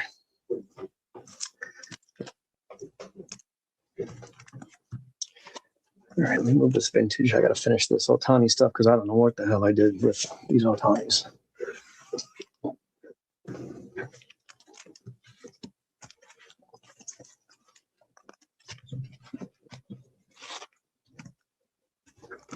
And I don't know if you were still in the chat when I was mentioning it, but a lot of those binders that I have, like the 64 binder, here's like a bunch of key cards that go back in there. Like I can upgrade the Tony Oliva rookie. That one that's in there, it's a beater. There's a nicer Drysdale. I can put those in. And then plus I have row boxes filled with cleaner vintage that if you want me to make the set more complete for those partials, like the 64 to get you closer, I could do that for you. It's just, then that's why you don't have to buy, tons of singles and look for, card after card. I mean, it's still fun putting the sets together, but it'll get you closer. So this is kind of how I have just stacks of vintage. This is all the nicer stuff. Just all in number order where I can go back through the binders, and if there's any open spots or cards that are in rougher shape, I can swap them out and put, nicer, cleaner copies in. So this whole row here is 64 just by itself. And we can do something like this if you want to look at them in person when you come into town. We don't have to do a deal for those partial sets. I'll hang on to them if you want me to just wait till Strongsville, and then you could just look at them and pick through what you like, and we can always make a deal later. But I think it'd be better if you just see them in person when we're talking about, the partial stuff. Because that's the way to go. Otherwise, it's going to cost you a boatload of money. And then you can buy lots and start picking through boxes when you go to shows. That's the fun stuff. It's nice to buy a set, but I enjoy a little bit of a chase myself.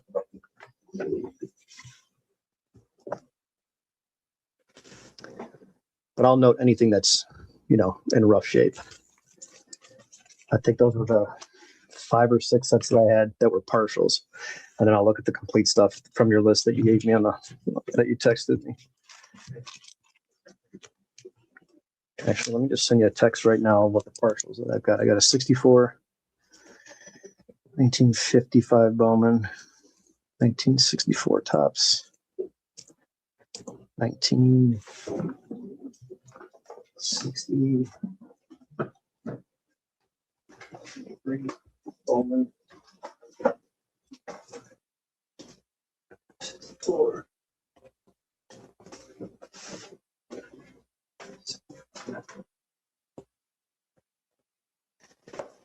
71. 1971. Yeah, absolutely. Like this stuff I'm not too pressed on, meaning I can just hold it for you. If you don't take it, no big deal. No hard feelings. I just sell it to someone else. 71 Topps, 64, 55 Bowman. There's something else I had here that was a partial. Oh, here we go. 58 Topps. What's mine? 58 Topps. 1958 Topps. All right, there's the partials that I have. 55, 64, 71, 58. And I may have more stuff down there, but that's just what I have that I was like, I had enough cards and I started working on it. And I could definitely build a nice 60 set. I have hundreds of those cards. I could probably get halfway through and do like a 50%er. And they're all pretty clean, like, 4s, 5s, and 6s. No creases, no beater cards.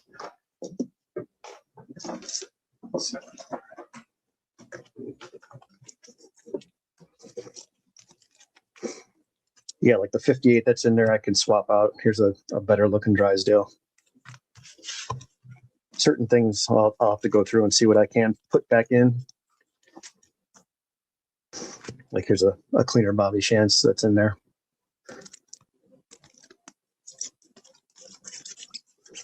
And I don't know if these are doubles or not, but I've got, that's 63. That's 58.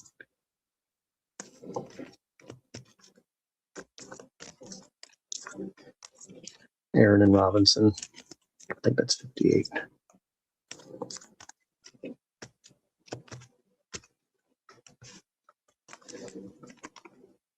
And you're good on 74, I think you said, right? 74, you didn't need anything?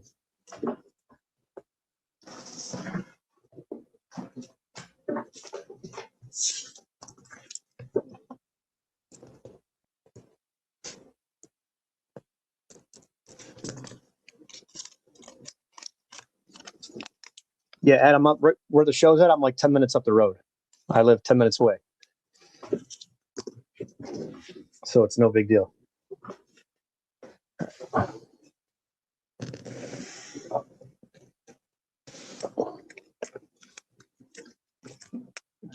These are being sold. These got to get rid of the tops.